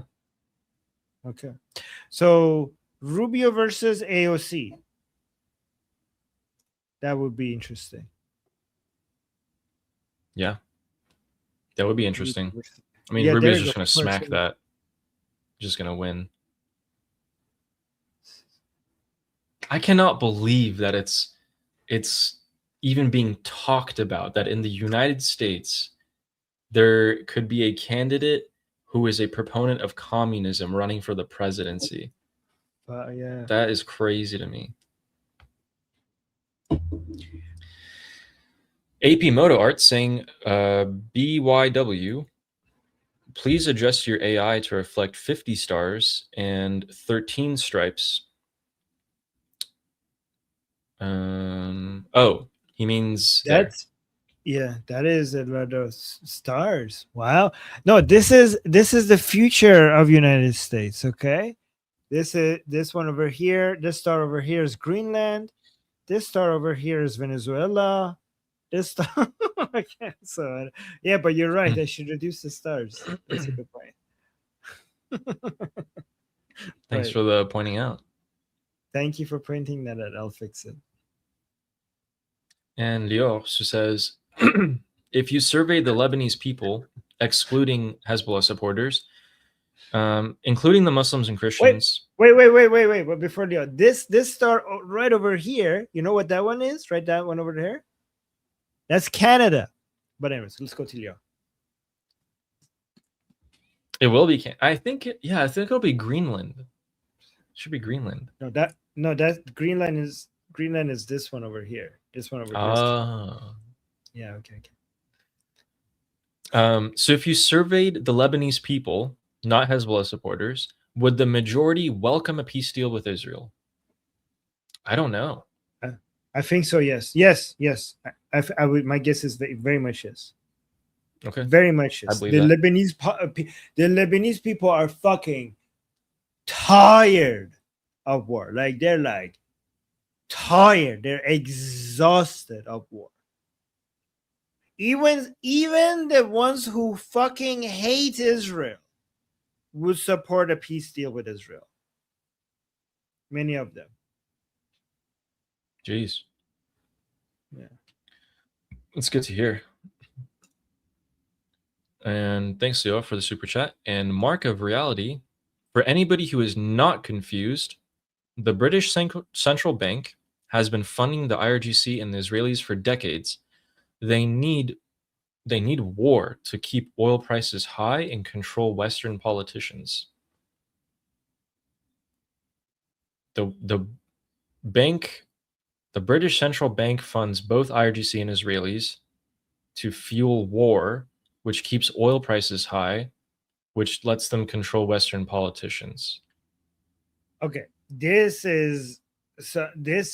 okay. UK has been not a major player in global politics for so long. I think you're overestimating the influence of UK in global politics by a huge margin.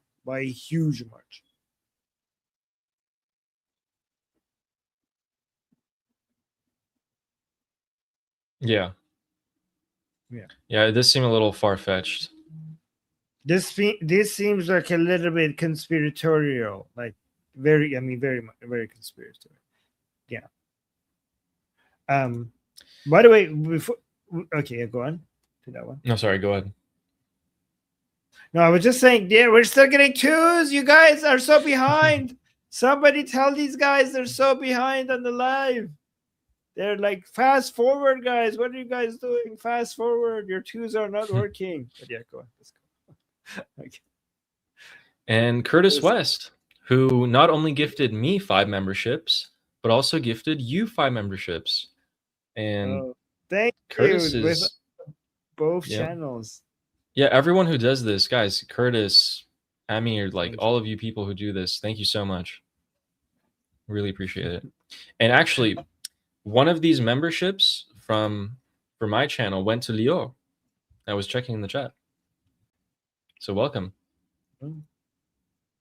Oh. And Noah, the Persian American, said the United States is striking the Islamic Republic again tonight via Sky News. I think you should watch us, because if you watch us, you will actually get the news faster than you will at Sky News. Yeah. I have a big button right here. You guys can't see it. And right before I go live, I go bam, and then boom, bombs dropping in the Middle East, and I go, okay, perfect. There we go. Now people will watch my stream. No, yeah, Ali actually arranges all the military activity right before his show to make it right. Yeah, before. Right there. Yeah. It's like, how am I supposed to compete with other people in this segment? It's like, that's how I can do it. Justin saying, is it possible Hezbollah has been weakened so much from all this that they think the Lebanese army can handle it now? Ooh, burn. If I'm a Hezbollah supporter, I'd be getting so mad about that right now. Right, yeah. It is it's not that they think the Lebanese, it's not that they think the Lebanese army can handle it on their own, but now that Israel's like, oh my God, Hezbollah is the weakest it's ever been, why not just recruit anyone who would help us? And the Lebanese army would want what we want on this, so let's get them in. Let's get them in on it. Especially when they see that Lebanese people are done. They're done with Hezbollah.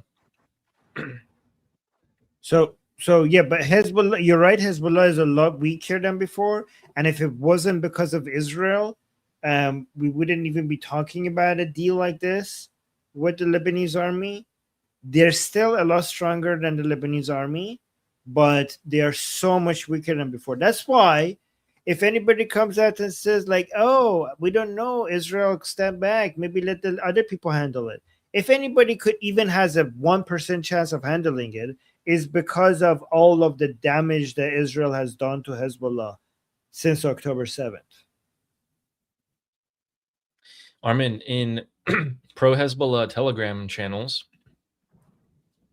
they've been alarmed that there's a lot of casualties happening in the past couple of weeks on the Hezbollah side. Like they have a lot of martyrs, as they call them, and they've been talking about it a lot.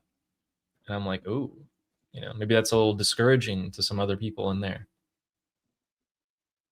That's good. It's good. Love some Hezbollah Mark of reality. Yeah, some Hezbollah tears. Mark of reality saying, hey, new guy, is sourdough bread good for you? Yeah, sourdough bread is actually the healthiest bread for you. Fun fact. And I do like it. The new guy. I like that too. I get my carbs from potato with the skin. Air fried potatoes with the skin on. That's where I get most of my carbs from. Nice. Guys, Armin is peak health. Like you should share in your blood test results sometimes.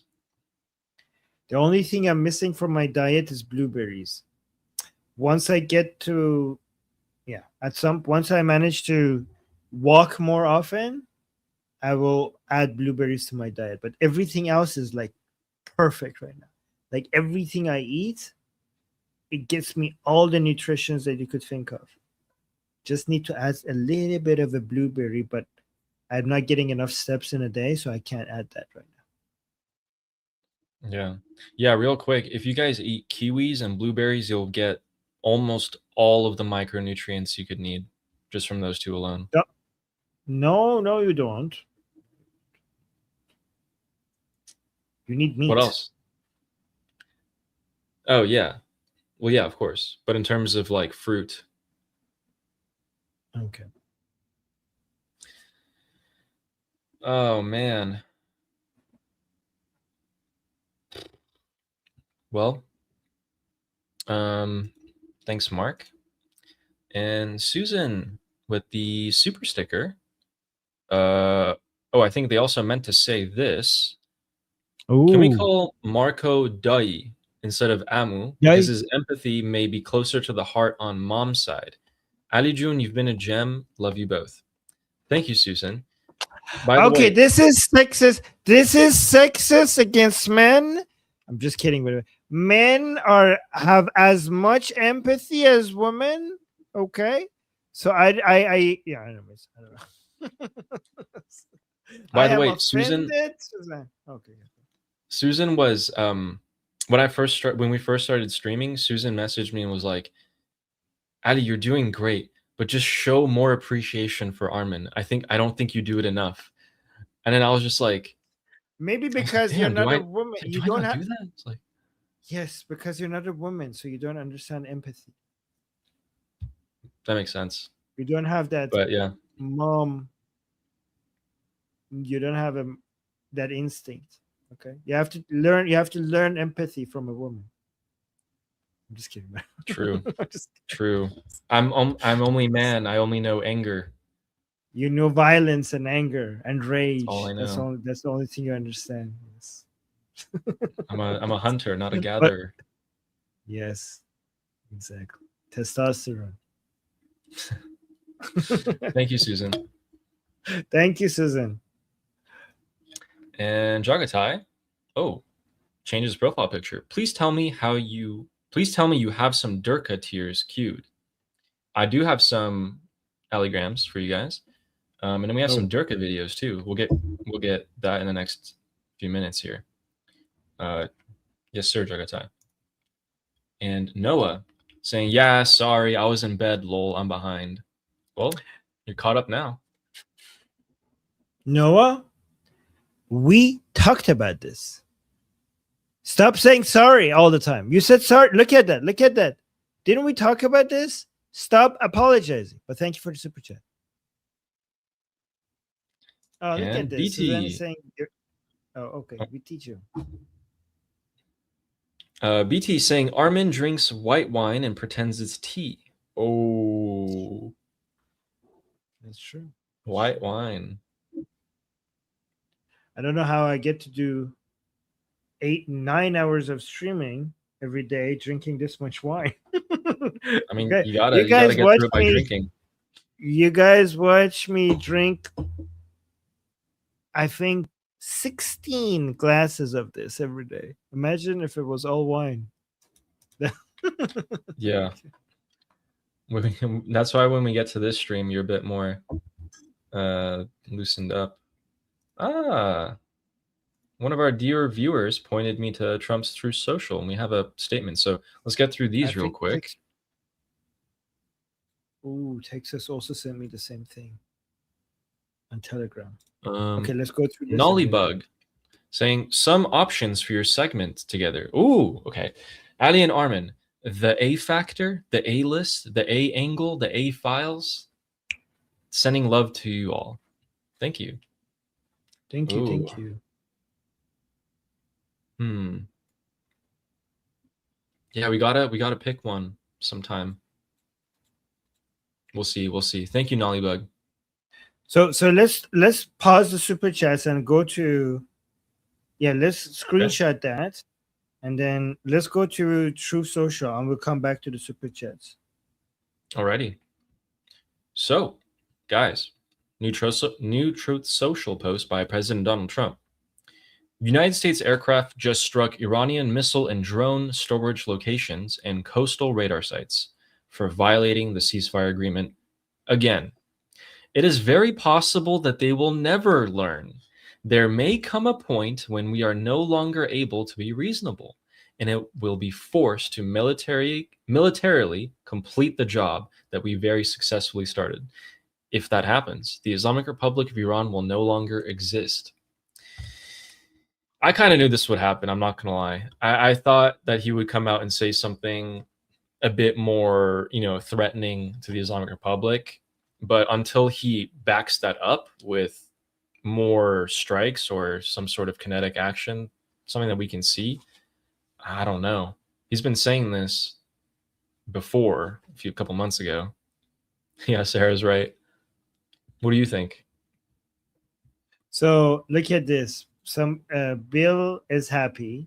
Sarah is like, oh, he's threatening us with a good time. But the more pessimistic people, Fine started saying, yeah, sure, buddy. So she's not optimistic. She thinks these are empty words. And then in-server probably would say the same thing. Leo saying, don't tempt me, Terump. Terump. Where's the praise be to Amusina is saying, where's the praise be to Allah? Yes, I can't take it seriously on this. Yes.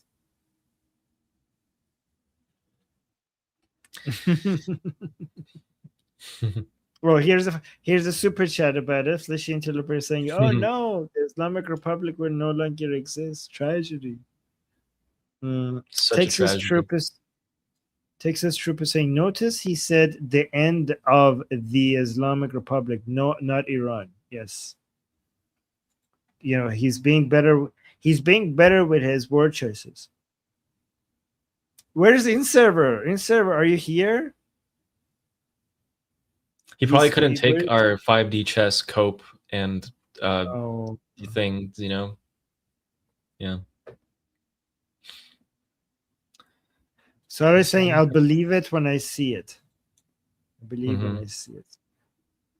It's Texas Troop saying it's intentional.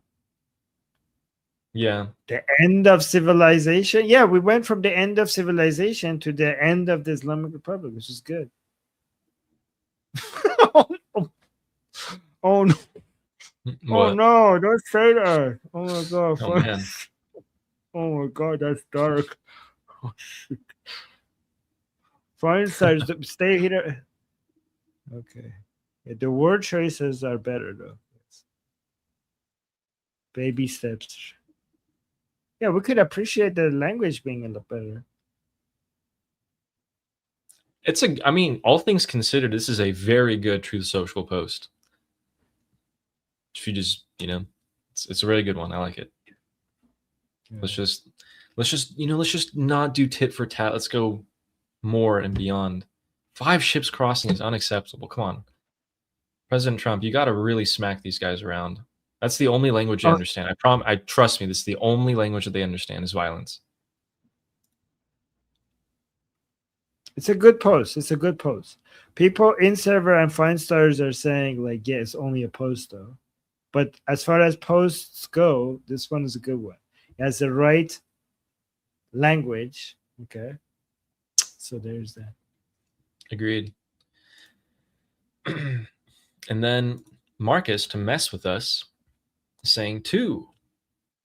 There's still people in the chat right now saying 2. And yeah, I've seen you guys talk about the.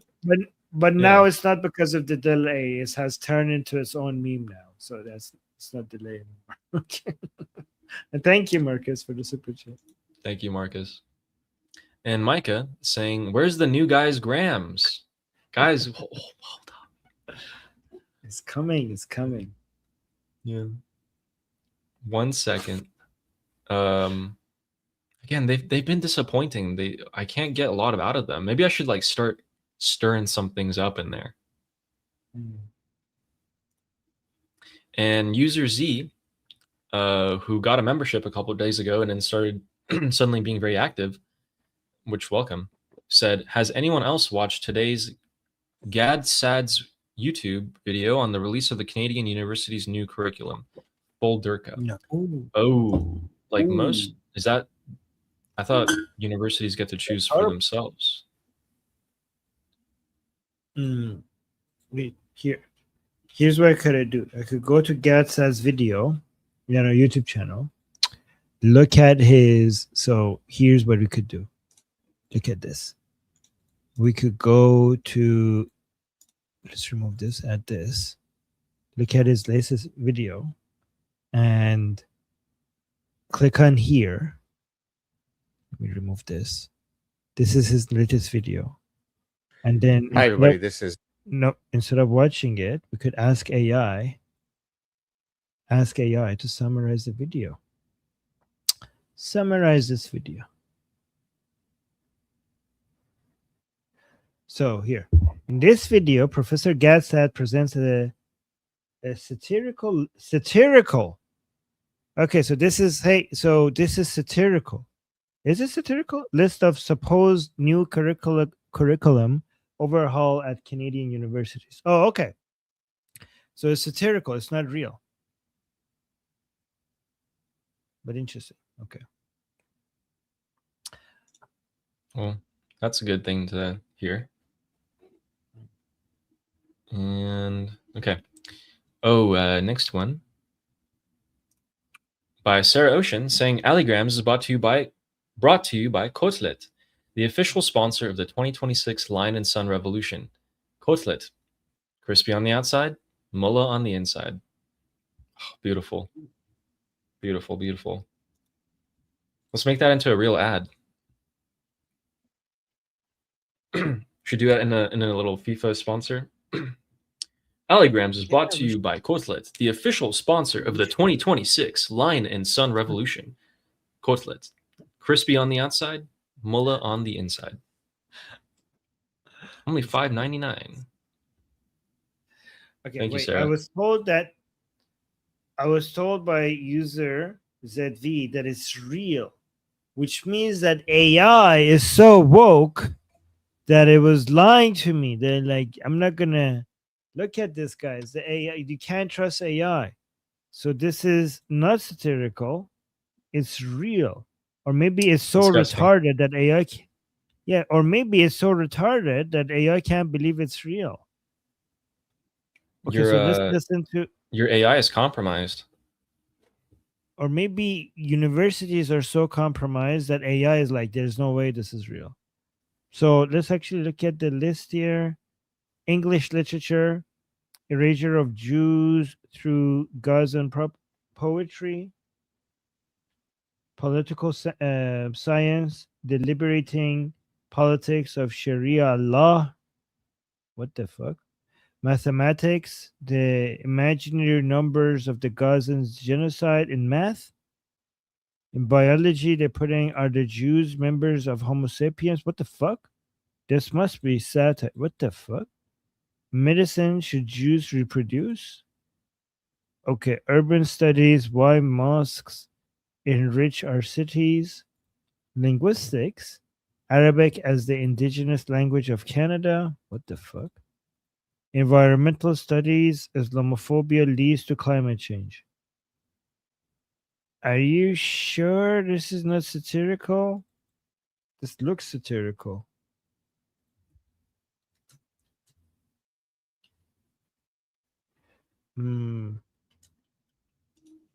If this is the case, then we have lost Canada. I don't think this is real. Yeah, it would be really bad if that's serious. People are saying Gadsad is very satirical. Yeah, it must be satirical. This is too much.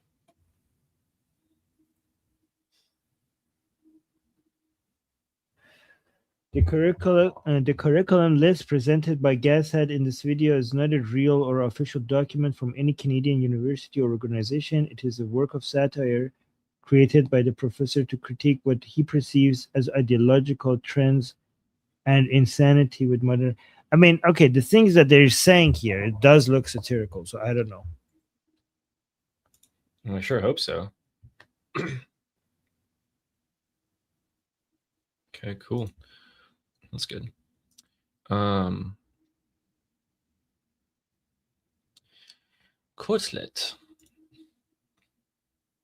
Thank you, Sarah. And Kevin, who's gifted 1 Liberty Politics memberships. Thank you so much. And thank you for your service again. And the Persian American. So Noah's saying, Armin, I know, but gotta give me credit. I'm apologizing less often. Thanks to you. Also, the Islamic Republic will never learn. Praise be to Armin and Adi, lol. Yes, praise be to Armin Noah. and Adi. Praise be to Noah. Hey, I mean, Noah didn't apologize in that one. That's good. Yes, I see Noah apologizing. Good progress. I do give you credit. And user Z saying Gadsad presents topics in a satirical way. He's read the curriculum list. Okay. So maybe there's a shred of truth to it. Okay. Well, I will check it out later. Sweet. Oh, wait, it's only 3 minutes. We could watch it. Do you want to? So, okay, I didn't realize it was only 3 minutes. Yeah, let's just watch it together. I thought it was like half an hour or something. Hi, everybody. This is Gadsad. As you know, I'm leaving Canada for the United States, but I've been a professor in Canada for several decades.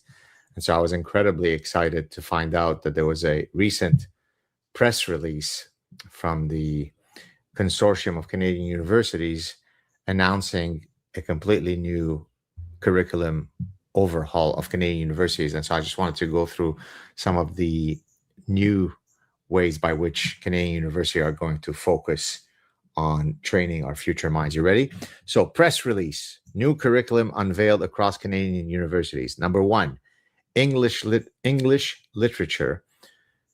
And then what I'm going to read for you now are the prototypical courses that will be taught in this new curriculum. So English literature, erasure of Jews through Gazan poetry. Number 2, history, eradicate the Jews for historical world peace. 3, political science, the liberating politics of Sharia law. 4, Canadian studies, were the Iroquois Muslim? Number 5, mathematics, the imaginary numbers of the Gazan genocide. Look up what imaginary numbers mean if you are a math geek. Number 6, biology. Are the Jews members of Homo sapiens? Number 7, American studies. The Native Americans and their link to Islam. Number 8, civil engineering. Hamas rockets build bridges. Number 9, medicine. Should Jews reproduce? It's just they're asking a question. They just want to have an open debate under the guise of American freedom. They're not saying Jews shouldn't reproduce. They're saying we're medical professionals. Let's just talk about it. Number 10, Quebec studies, Islam and René Lévesque. René Lévesque was the architect of the first referendum for Quebec separatism in 1980. Number 11, urban studies, why mosques enrich our cities. Number 12, criminal justice, are Jews at the root of all crimes? Again, it's a question mark. We're not saying here that the Jews are responsible of all crimes. We're just saying, let's talk about it. Number 13, linguistics, Arabic as the indigenous language of Canada. Number 14, music, was Leonard Cohen an imam? And number 15, environmental studies, Islamophobia leads to climate change. Did I miss anything? If you think that there are other courses that should be in this new revamped curriculum at Canadian universities, please share it. Okay, guys, I thought I had are you guys not getting that this is satire? Like, are you guys kidding me? This is obviously satire. Even I miss satire a lot of times, and even I can tell that this is satire. I mean, it's good satire. It was pretty good. Like, I like it. Like, I'm pretty good 10 out of 10 satire. But this is obviously satire. What the hell? It's hilarious. Yeah, though. that was good. I like good. that. That was good satire. Yes.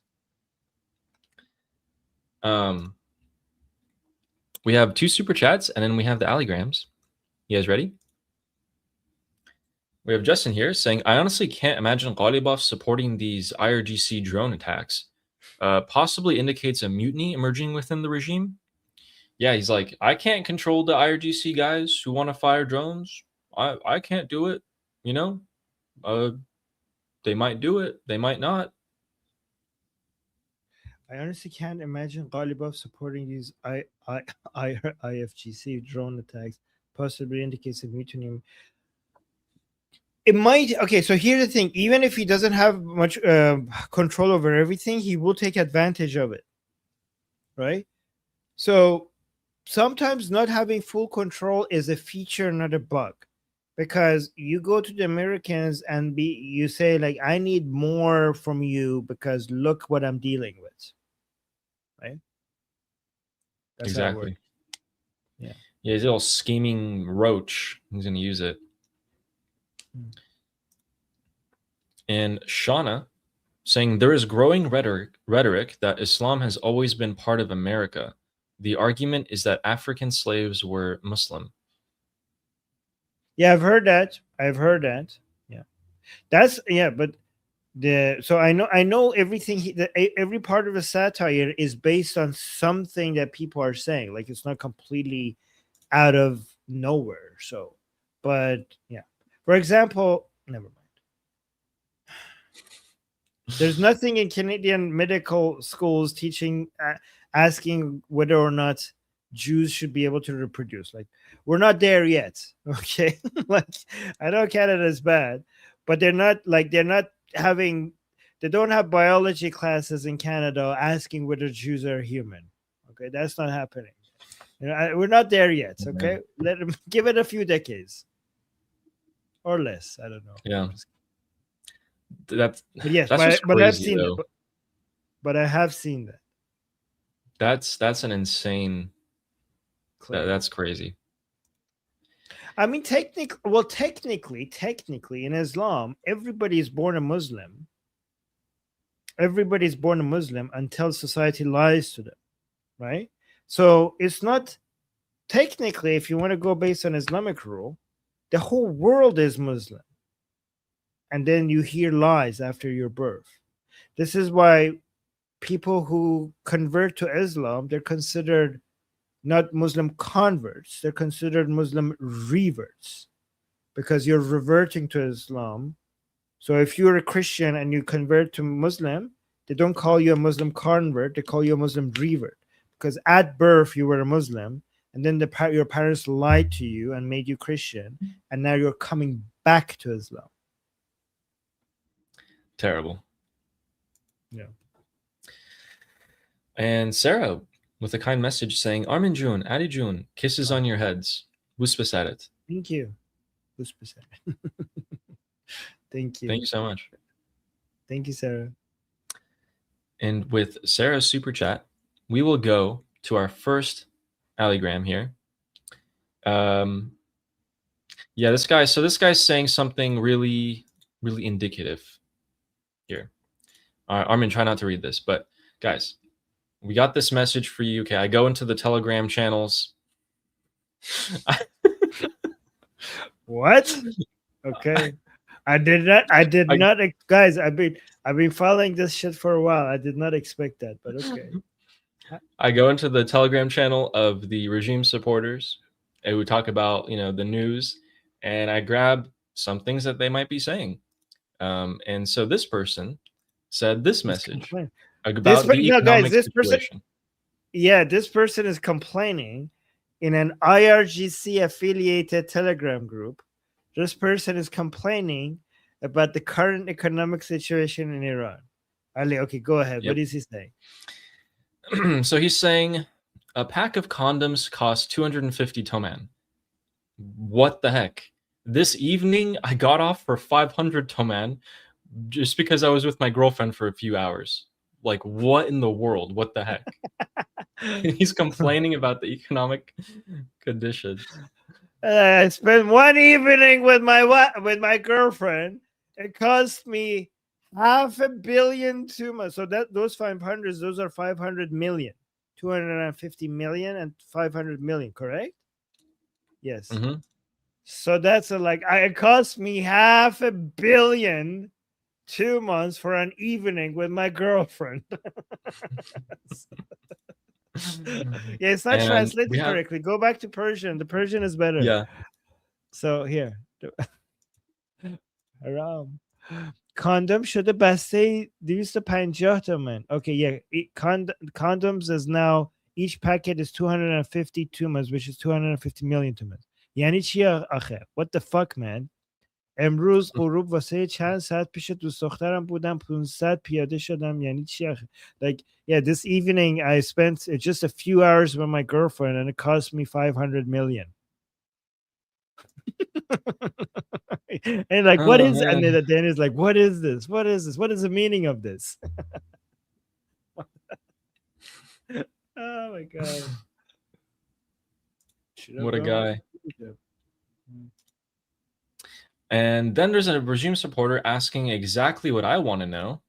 This guy's saying, Javad is saying, I don't know what needs to happen for it to actually be a ceasefire violation. So they've been talking about this a lot. They're so mad. This is their in server. This is the in server on the other side, right? Because we, like, on this side, we want President Trump to go full boom boom and be like, dude, they're violating the ceasefire. Go fuck them up. So on their side, they have their own in server. And their guy is saying, like, what the fuck? They violated the ceasefire. Why are we not attacking them? Why are we not going full boom boom? So that's their in server. They want to go back to the fights, to the war so bad. They all want it. They all want it. My twin from the other side. Yeah, your Durka twin. It's your Durka twin. Yeah. Oh my God. This is so good. Wow. And then we had this. Okay, so this guy actually makes a point. He's losing it. Okay. Oh my God. All right. What is this? So this guy is making an actual point here. He's saying the hypocrites. So, basically anyone who's against the regime is saying the hypocrites, the monarchists, and the separatists all received an order from their Zionist master Israel to attend the gatherings and pretend to be revolutionaries more than anyone else and shout, Mag bar Ghalibaf, death to Ghalibaf and death to Arakchi. He's saying that the people who showed up, he's saying that the people who showed up are what? Okay, no, you finish and then I'll say. So this guy's saying that the people who showed up to say Mag bar Arakchi, Mag bar Ghalibaf, death to Arakchi and Ghalibaf, were actually all like Israeli agents. Exactly. And they only did this to create division among the ranks of the people of Iran. And he's saying, let's be careful. So this guy's calling out all of these people who got paid to go and protest in front of Ghalibaf and Arakchi's offices. Wait, what's so funny? The translation, like, so Arakchi is translated as Iraq, and Ghalibaf is translated to carpet. So it's like death to carpet. so death to Ghalibaf is translated as death to carpet. Oh my God. Death to the carpet. Death to the carpet. Guys, death to the carpet. Oh my God. This is so good. Death to the doctors and the carpet weavers and the Iraqis. Yes. Oh, yeah. Arakchi would be Iraqis. Ghalibaf would be the carpet weavers, and Pezeshkian would be doctors. So, yeah. This is like, guys, if people were not Iranians and they were researching this, they would be so confused. Like, why are these people saying death to the doctors and the carpet weavers? Like, what's happening in Iran?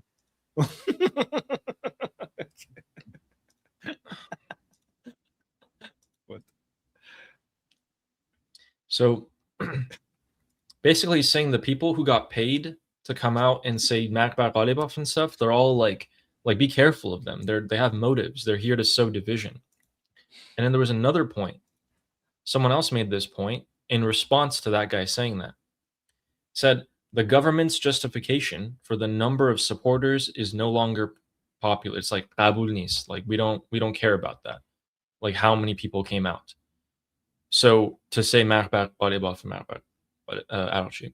So tomorrow or in the near future, under this pretext that these people who came out saying death to Ghalibaf were being paid and they're Zionists and this and that, in the near future, these people will be executed and arrested. And they'll be labeled as Mossad agents and, Pahlavi supporters and this and that. That's what Ghalibaf's going to do. This guy's saying that's going to happen. It's interesting because they're using their own spells against them, right? Because these anti-deal, anti-negotiation, anti-MOU people were coming in and like, no, we've been taken over by Zionists. Pezeshkian is a Zionist. Ghalibaf is a Zionist. This is a coup. This is a Zionist coup. And now you're showing us comments that the people from Ghalibaf side are saying the people who are chanting against us are from the Zionists. So everybody is like, you're just like they're using, you're the Zionists. No, you're the Zionists. They're like, oh, you're gonna call us Zionists. We're gonna call you Zionists.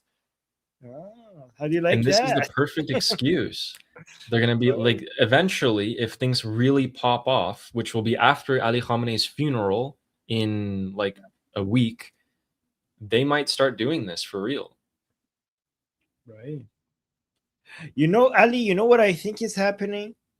I think the only people who are not being accused of being Israeli spies in Iran right now are Israeli spies. That's what I think is happening. Could be. The paranoia is real. And I think, in fact, I think the actual Israeli spies are participating in calling other people Israeli spies. They're probably having so much fun with this. Yeah. Because now, for the past year, by the way, ever since the 12-day war, they went and got training in Israel, came back, and they're like sleeper agents. And they're like living in fear every day, right? They're like, oh my God, what if someone finds out on Mossad, they're going to kill me? And now they're like, oh my God, this is great. Like, everyone's an Israeli agent now. Yeah. Oh, look at this. Casey is recognizing that I predicted all of this. I think Armin is correct. Double uprising. There we go. Oh, Ali found something good. I did find something good. Ooh, guys, look at that. Ali found something really good. What is it? Guys, do you remember how earlier we were talking about, the United States struck they struck the Islamic Republic sites, and what usually happens? Guys, take a guess. What usually happens when the Islamic Republic gets hit? What do they usually do? Who do they go after? Who do they hit? Kuwait and Bahrain. They hit Kuwait and Bahrain.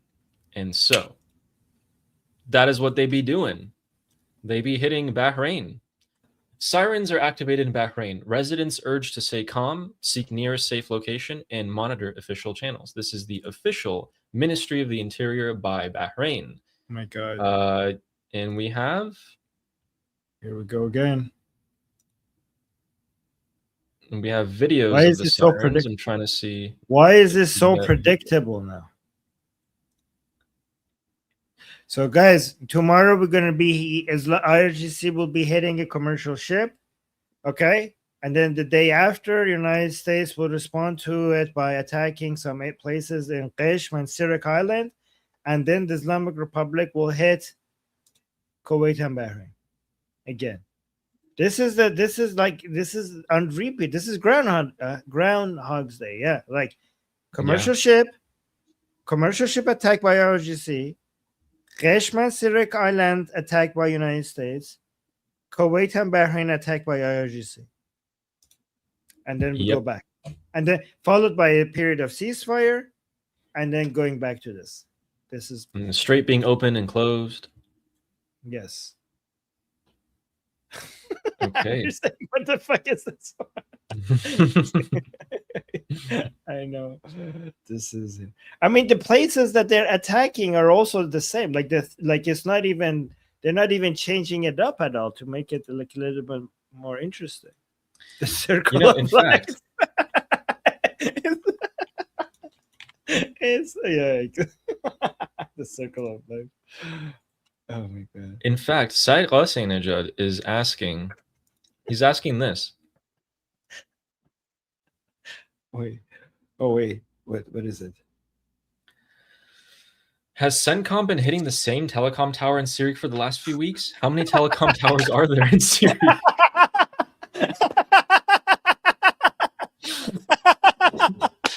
Oh my God.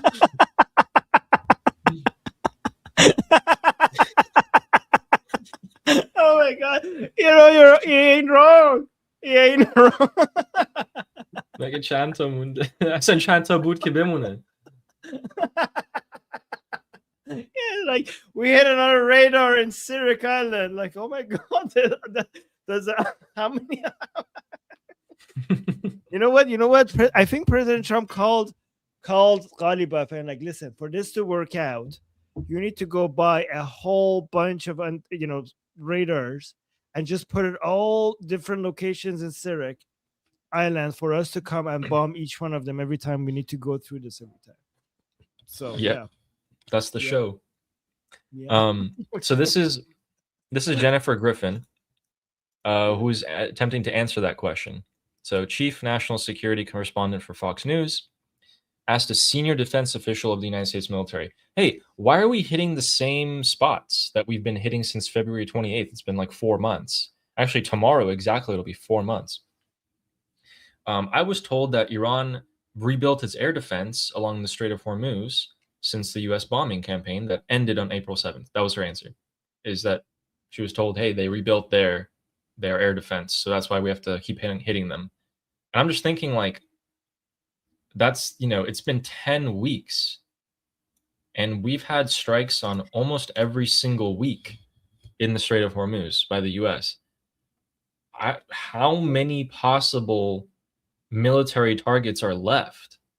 It's not like we go drop a single bomb every time. We're hitting like 10 spots every time.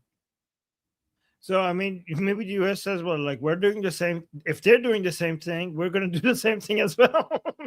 Like, they're hitting the same spots, so we're hitting the same spots. Yeah, and that's just terrible. Like, that just keeps on encouraging them to keep on hitting ships. If IRGC changes, like, its targets, we're going to change our targets as well.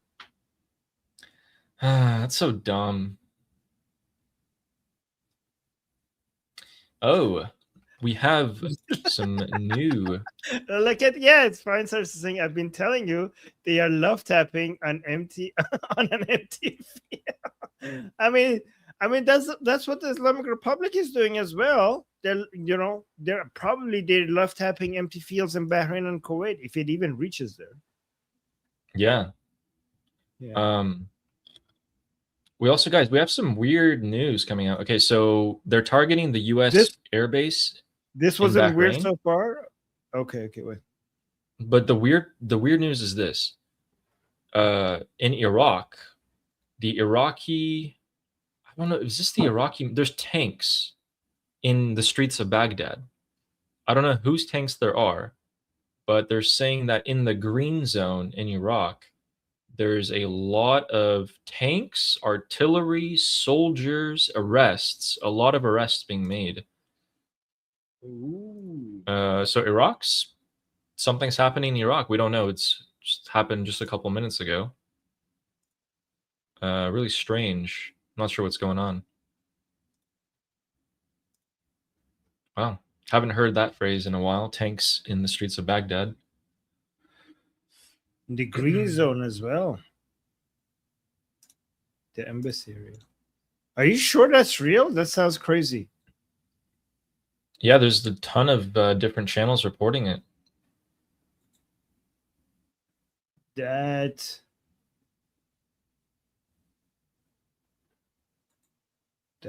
tanks continue to deploy in the green zone in Baghdad while the gates of the zone remain sure? Closed. I'm not seeing it. I'm not seeing this on Vahid. Maybe let's wait a couple minutes. Yeah, let's wait it out. Let's wait it out. That sounds crazy. It's crazy. Yeah. Yeah, let's wait it out. All right. Well, we have a couple of super chats here. Okay, let's go through that. User Z saying, I stand corrected. I watched it seconds after it was released, so it didn't have any comments left. Which one? The Gad Sad, I think? Sad video. Yeah. Well, user ZV, the clue should have been having biology classes that is questioning whether Jews are human. So that should have been a tell them, but it's okay. And thank you for, changing your opinion. But thank you for user ZV. Thank you for showing that to us because it was good satire. I liked it. Yeah, thank you. And BT saying no, it's reverting because you revert to the seventh set. It's not converting, or it's reverting because you go back to the 7th century. Gotcha. Yes. Good one. I'm going to use that. I'm going to steal that from you. Was it actually the 7th century when they started Islam? I mean, it was 1400 years ago. So yeah. Oh, okay. So yeah. Okay. Gotcha. Wow. I mean, this would be crazy if this is what's happening in Iraq right now is them trying to deal with the armed militias. That would be insane. Just chose a random night to do it. Anyway, we'll see what happens. And we got John McTavish. Hey, Armin and Addy. I am watching from RAF Akrotiri, Royal Air Force Base, Akrotiri. Just finished a 24-hour shift. I've been missing my mom. Recently, your kindness got me through my homesickness. Oh my God.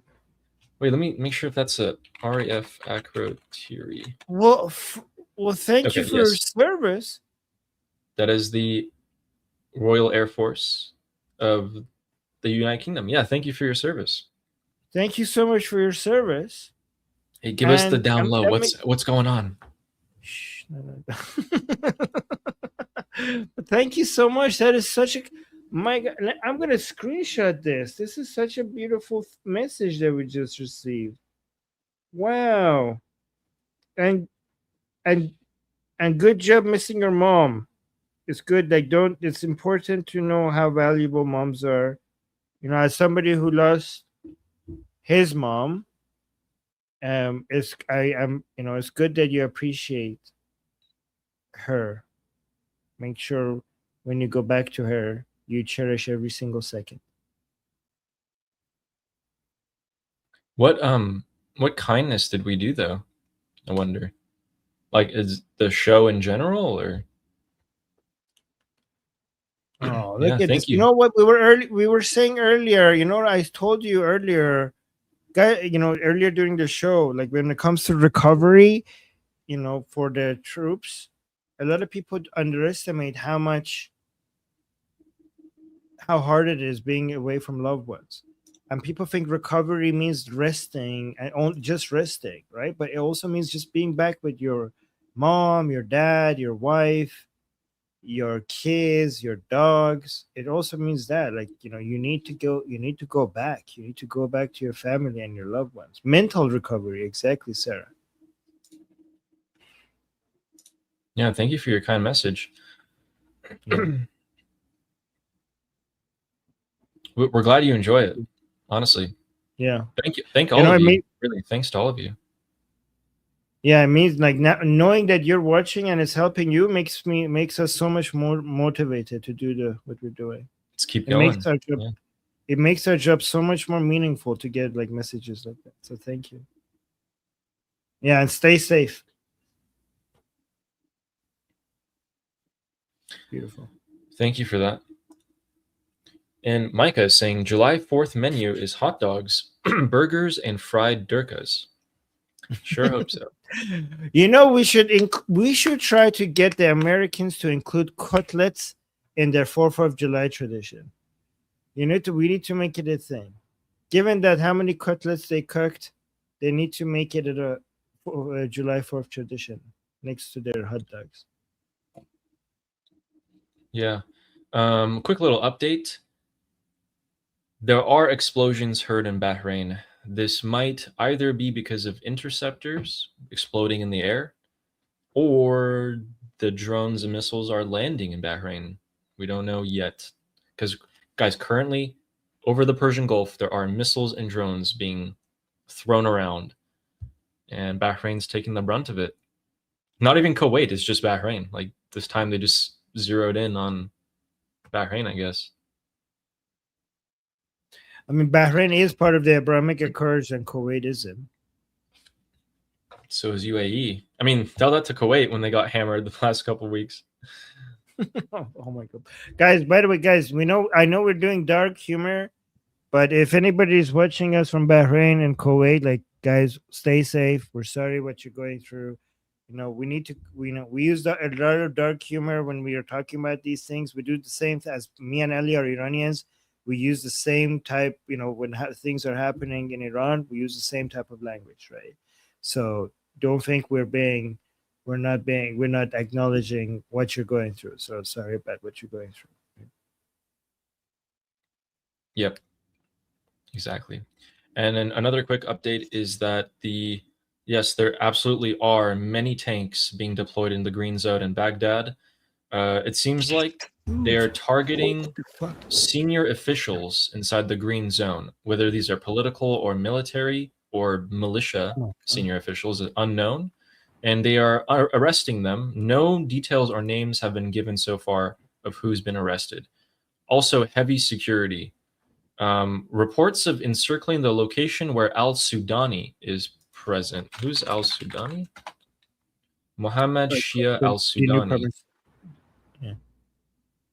Oh, he was the last prime minister. Yeah. He literally just a month ago stepped down. Okay. Looks like the new guy is Zaidi. What is the new guy? Zaidi. Yeah, al-Zaidi. Iraq al-Zaidi. Iraq Prime Minister. Wow. Looks like they're getting him. Al-Zaidi. Wow, that'd be crazy. Jeez, what the fuck? And Susan became a YouTube member. Welcome. Welcome on board. Oh, wow. Welcome. Welcome to the group. And by the way, Susan, I was joking regarding the whole sexist empathy thing. Okay, like I hope I love that. I love your kind heart. Death Yes. to the carpet. Yes, BT June. The pager attack. Death to the carpet. Right. Death to the Iraq. But Death to the doctor. Yes, death to the doctor. No, okay. YouTube, we're joking. This is about Iraqi. No death to Iraqis. Okay, Iraqis, we love you. We wish you long health. Okay, so. Yeah, But carpets, but the fucking carpets, death to carpets for sure. All right, but Man. not the doctors and the Iraqis, but carpets, fuck them. And then James also writing off that saying ban the loom, which is used to weave the carpet. Ooh, I wouldn't have gotten that joke at all if you weren't here, Andy. Like it would go over my head. That's what I do. The new guy. It's my job. You got. Thanks, James. And thanks, BT. File says, fun fact, a caseworker in Sweden's migration agency has been fired for having contacts with an Iranian spy. Iran International reported on it. Yeah, they've been arresting around the world. There's been a ton of like IRGC, Islamic Republic agents that have been arrested in the past 24 hours. We're getting preliminary reports that missiles are being launched from Iran. Let's see if that's true. Not drones, missiles. Yeah, because here's the thing. If missiles were being launched at Bahrain wouldn't have gotten the early warning because the missiles would have hit them before they would have even known. So it looks like that was a drone attack. But now it looks like missiles might be, I mean, they wouldn't make any sense. So let's see if that's true. Usually you fire the missiles first, then the drones after.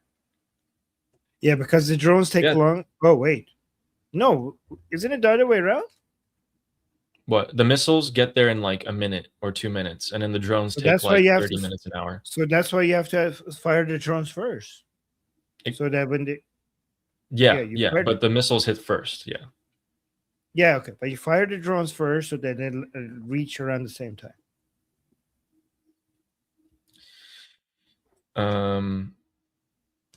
Yeah, thanks, File. Yeah, I brought up a couple of them. Like there was even there was an IRGC Quds Force agent who was arrested in Australia because he attacked and started burning down a Jewish synagogue in Melbourne, Australia. He got arrested. So yeah, he's turned over to the FBI. Then there was also a cyber attack person from the Islamic Republic. The FBI has also arrested him in Moldova? Is it Moldova? Montenegro, which is near Croatia. So they arrested him, and they're charging him with a cyber attack that is 3.4 billion US dollars. So this guy's going away for a long time. Wow.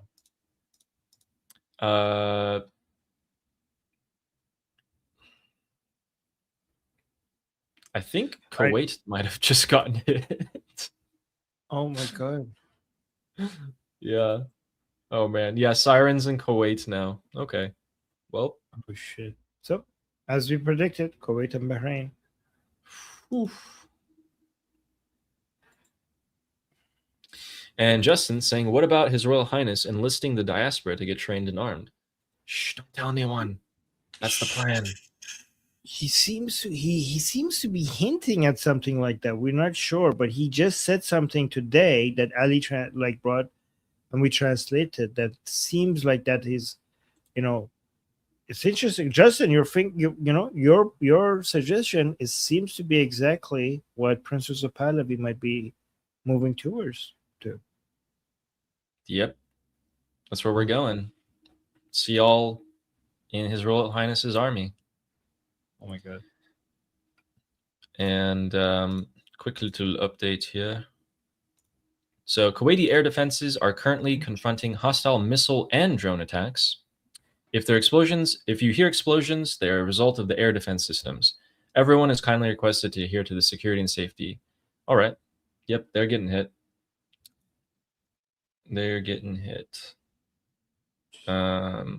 Yeah, wow, there are so many tanks in Baghdad. Wow, there's a lot of videos of that. Nicholas saying, hello, Armin and Adi. What is the status of the Lion and Sun revolution? Ooh. Seems like we're moving towards arming the revolution. The revolution is now armed, like getting armed. That's the phase that we're at, apparently. Seems like it. Yes. That's where we're heading. So that's the status. Arming the Iranian people. Yeah, so next time when the people come out in the streets, some of them are going to be armed, and then there's going to be more defections, and we win.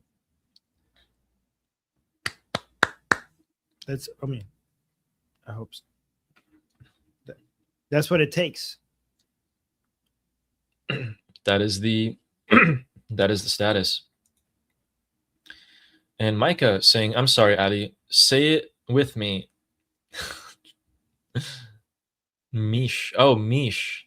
It's not Micah. Okay. Mish. Misha. Misha Nuga. Misha Nuga. Yes. Cool name. All right. So last bit of news here is confirmation that Kuwait is getting hit. Bahrain is also getting hit, and that they're going after the American bases in both these countries.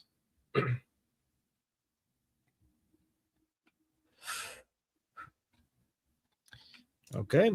So it looks like by tomorrow, guys, we're going to have a lot of new developments and analysis on what the fuck just happened.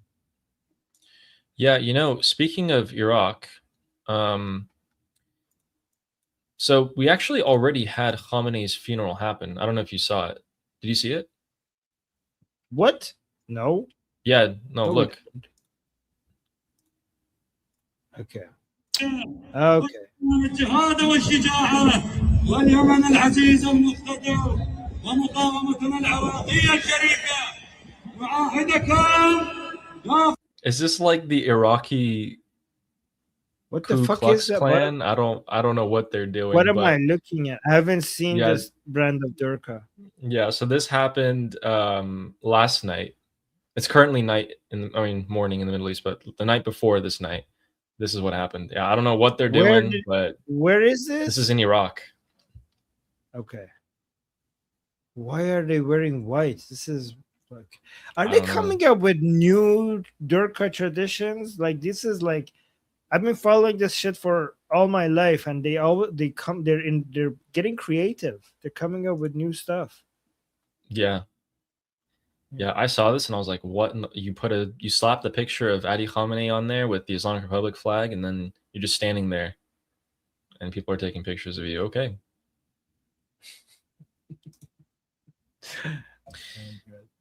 And then real quick, so quick updates. This is from Nabavion, was saying that, oh yeah, it's great that we hit them, but the US violated all these clauses. We got to hit them harder. This is it. This is all we're doing.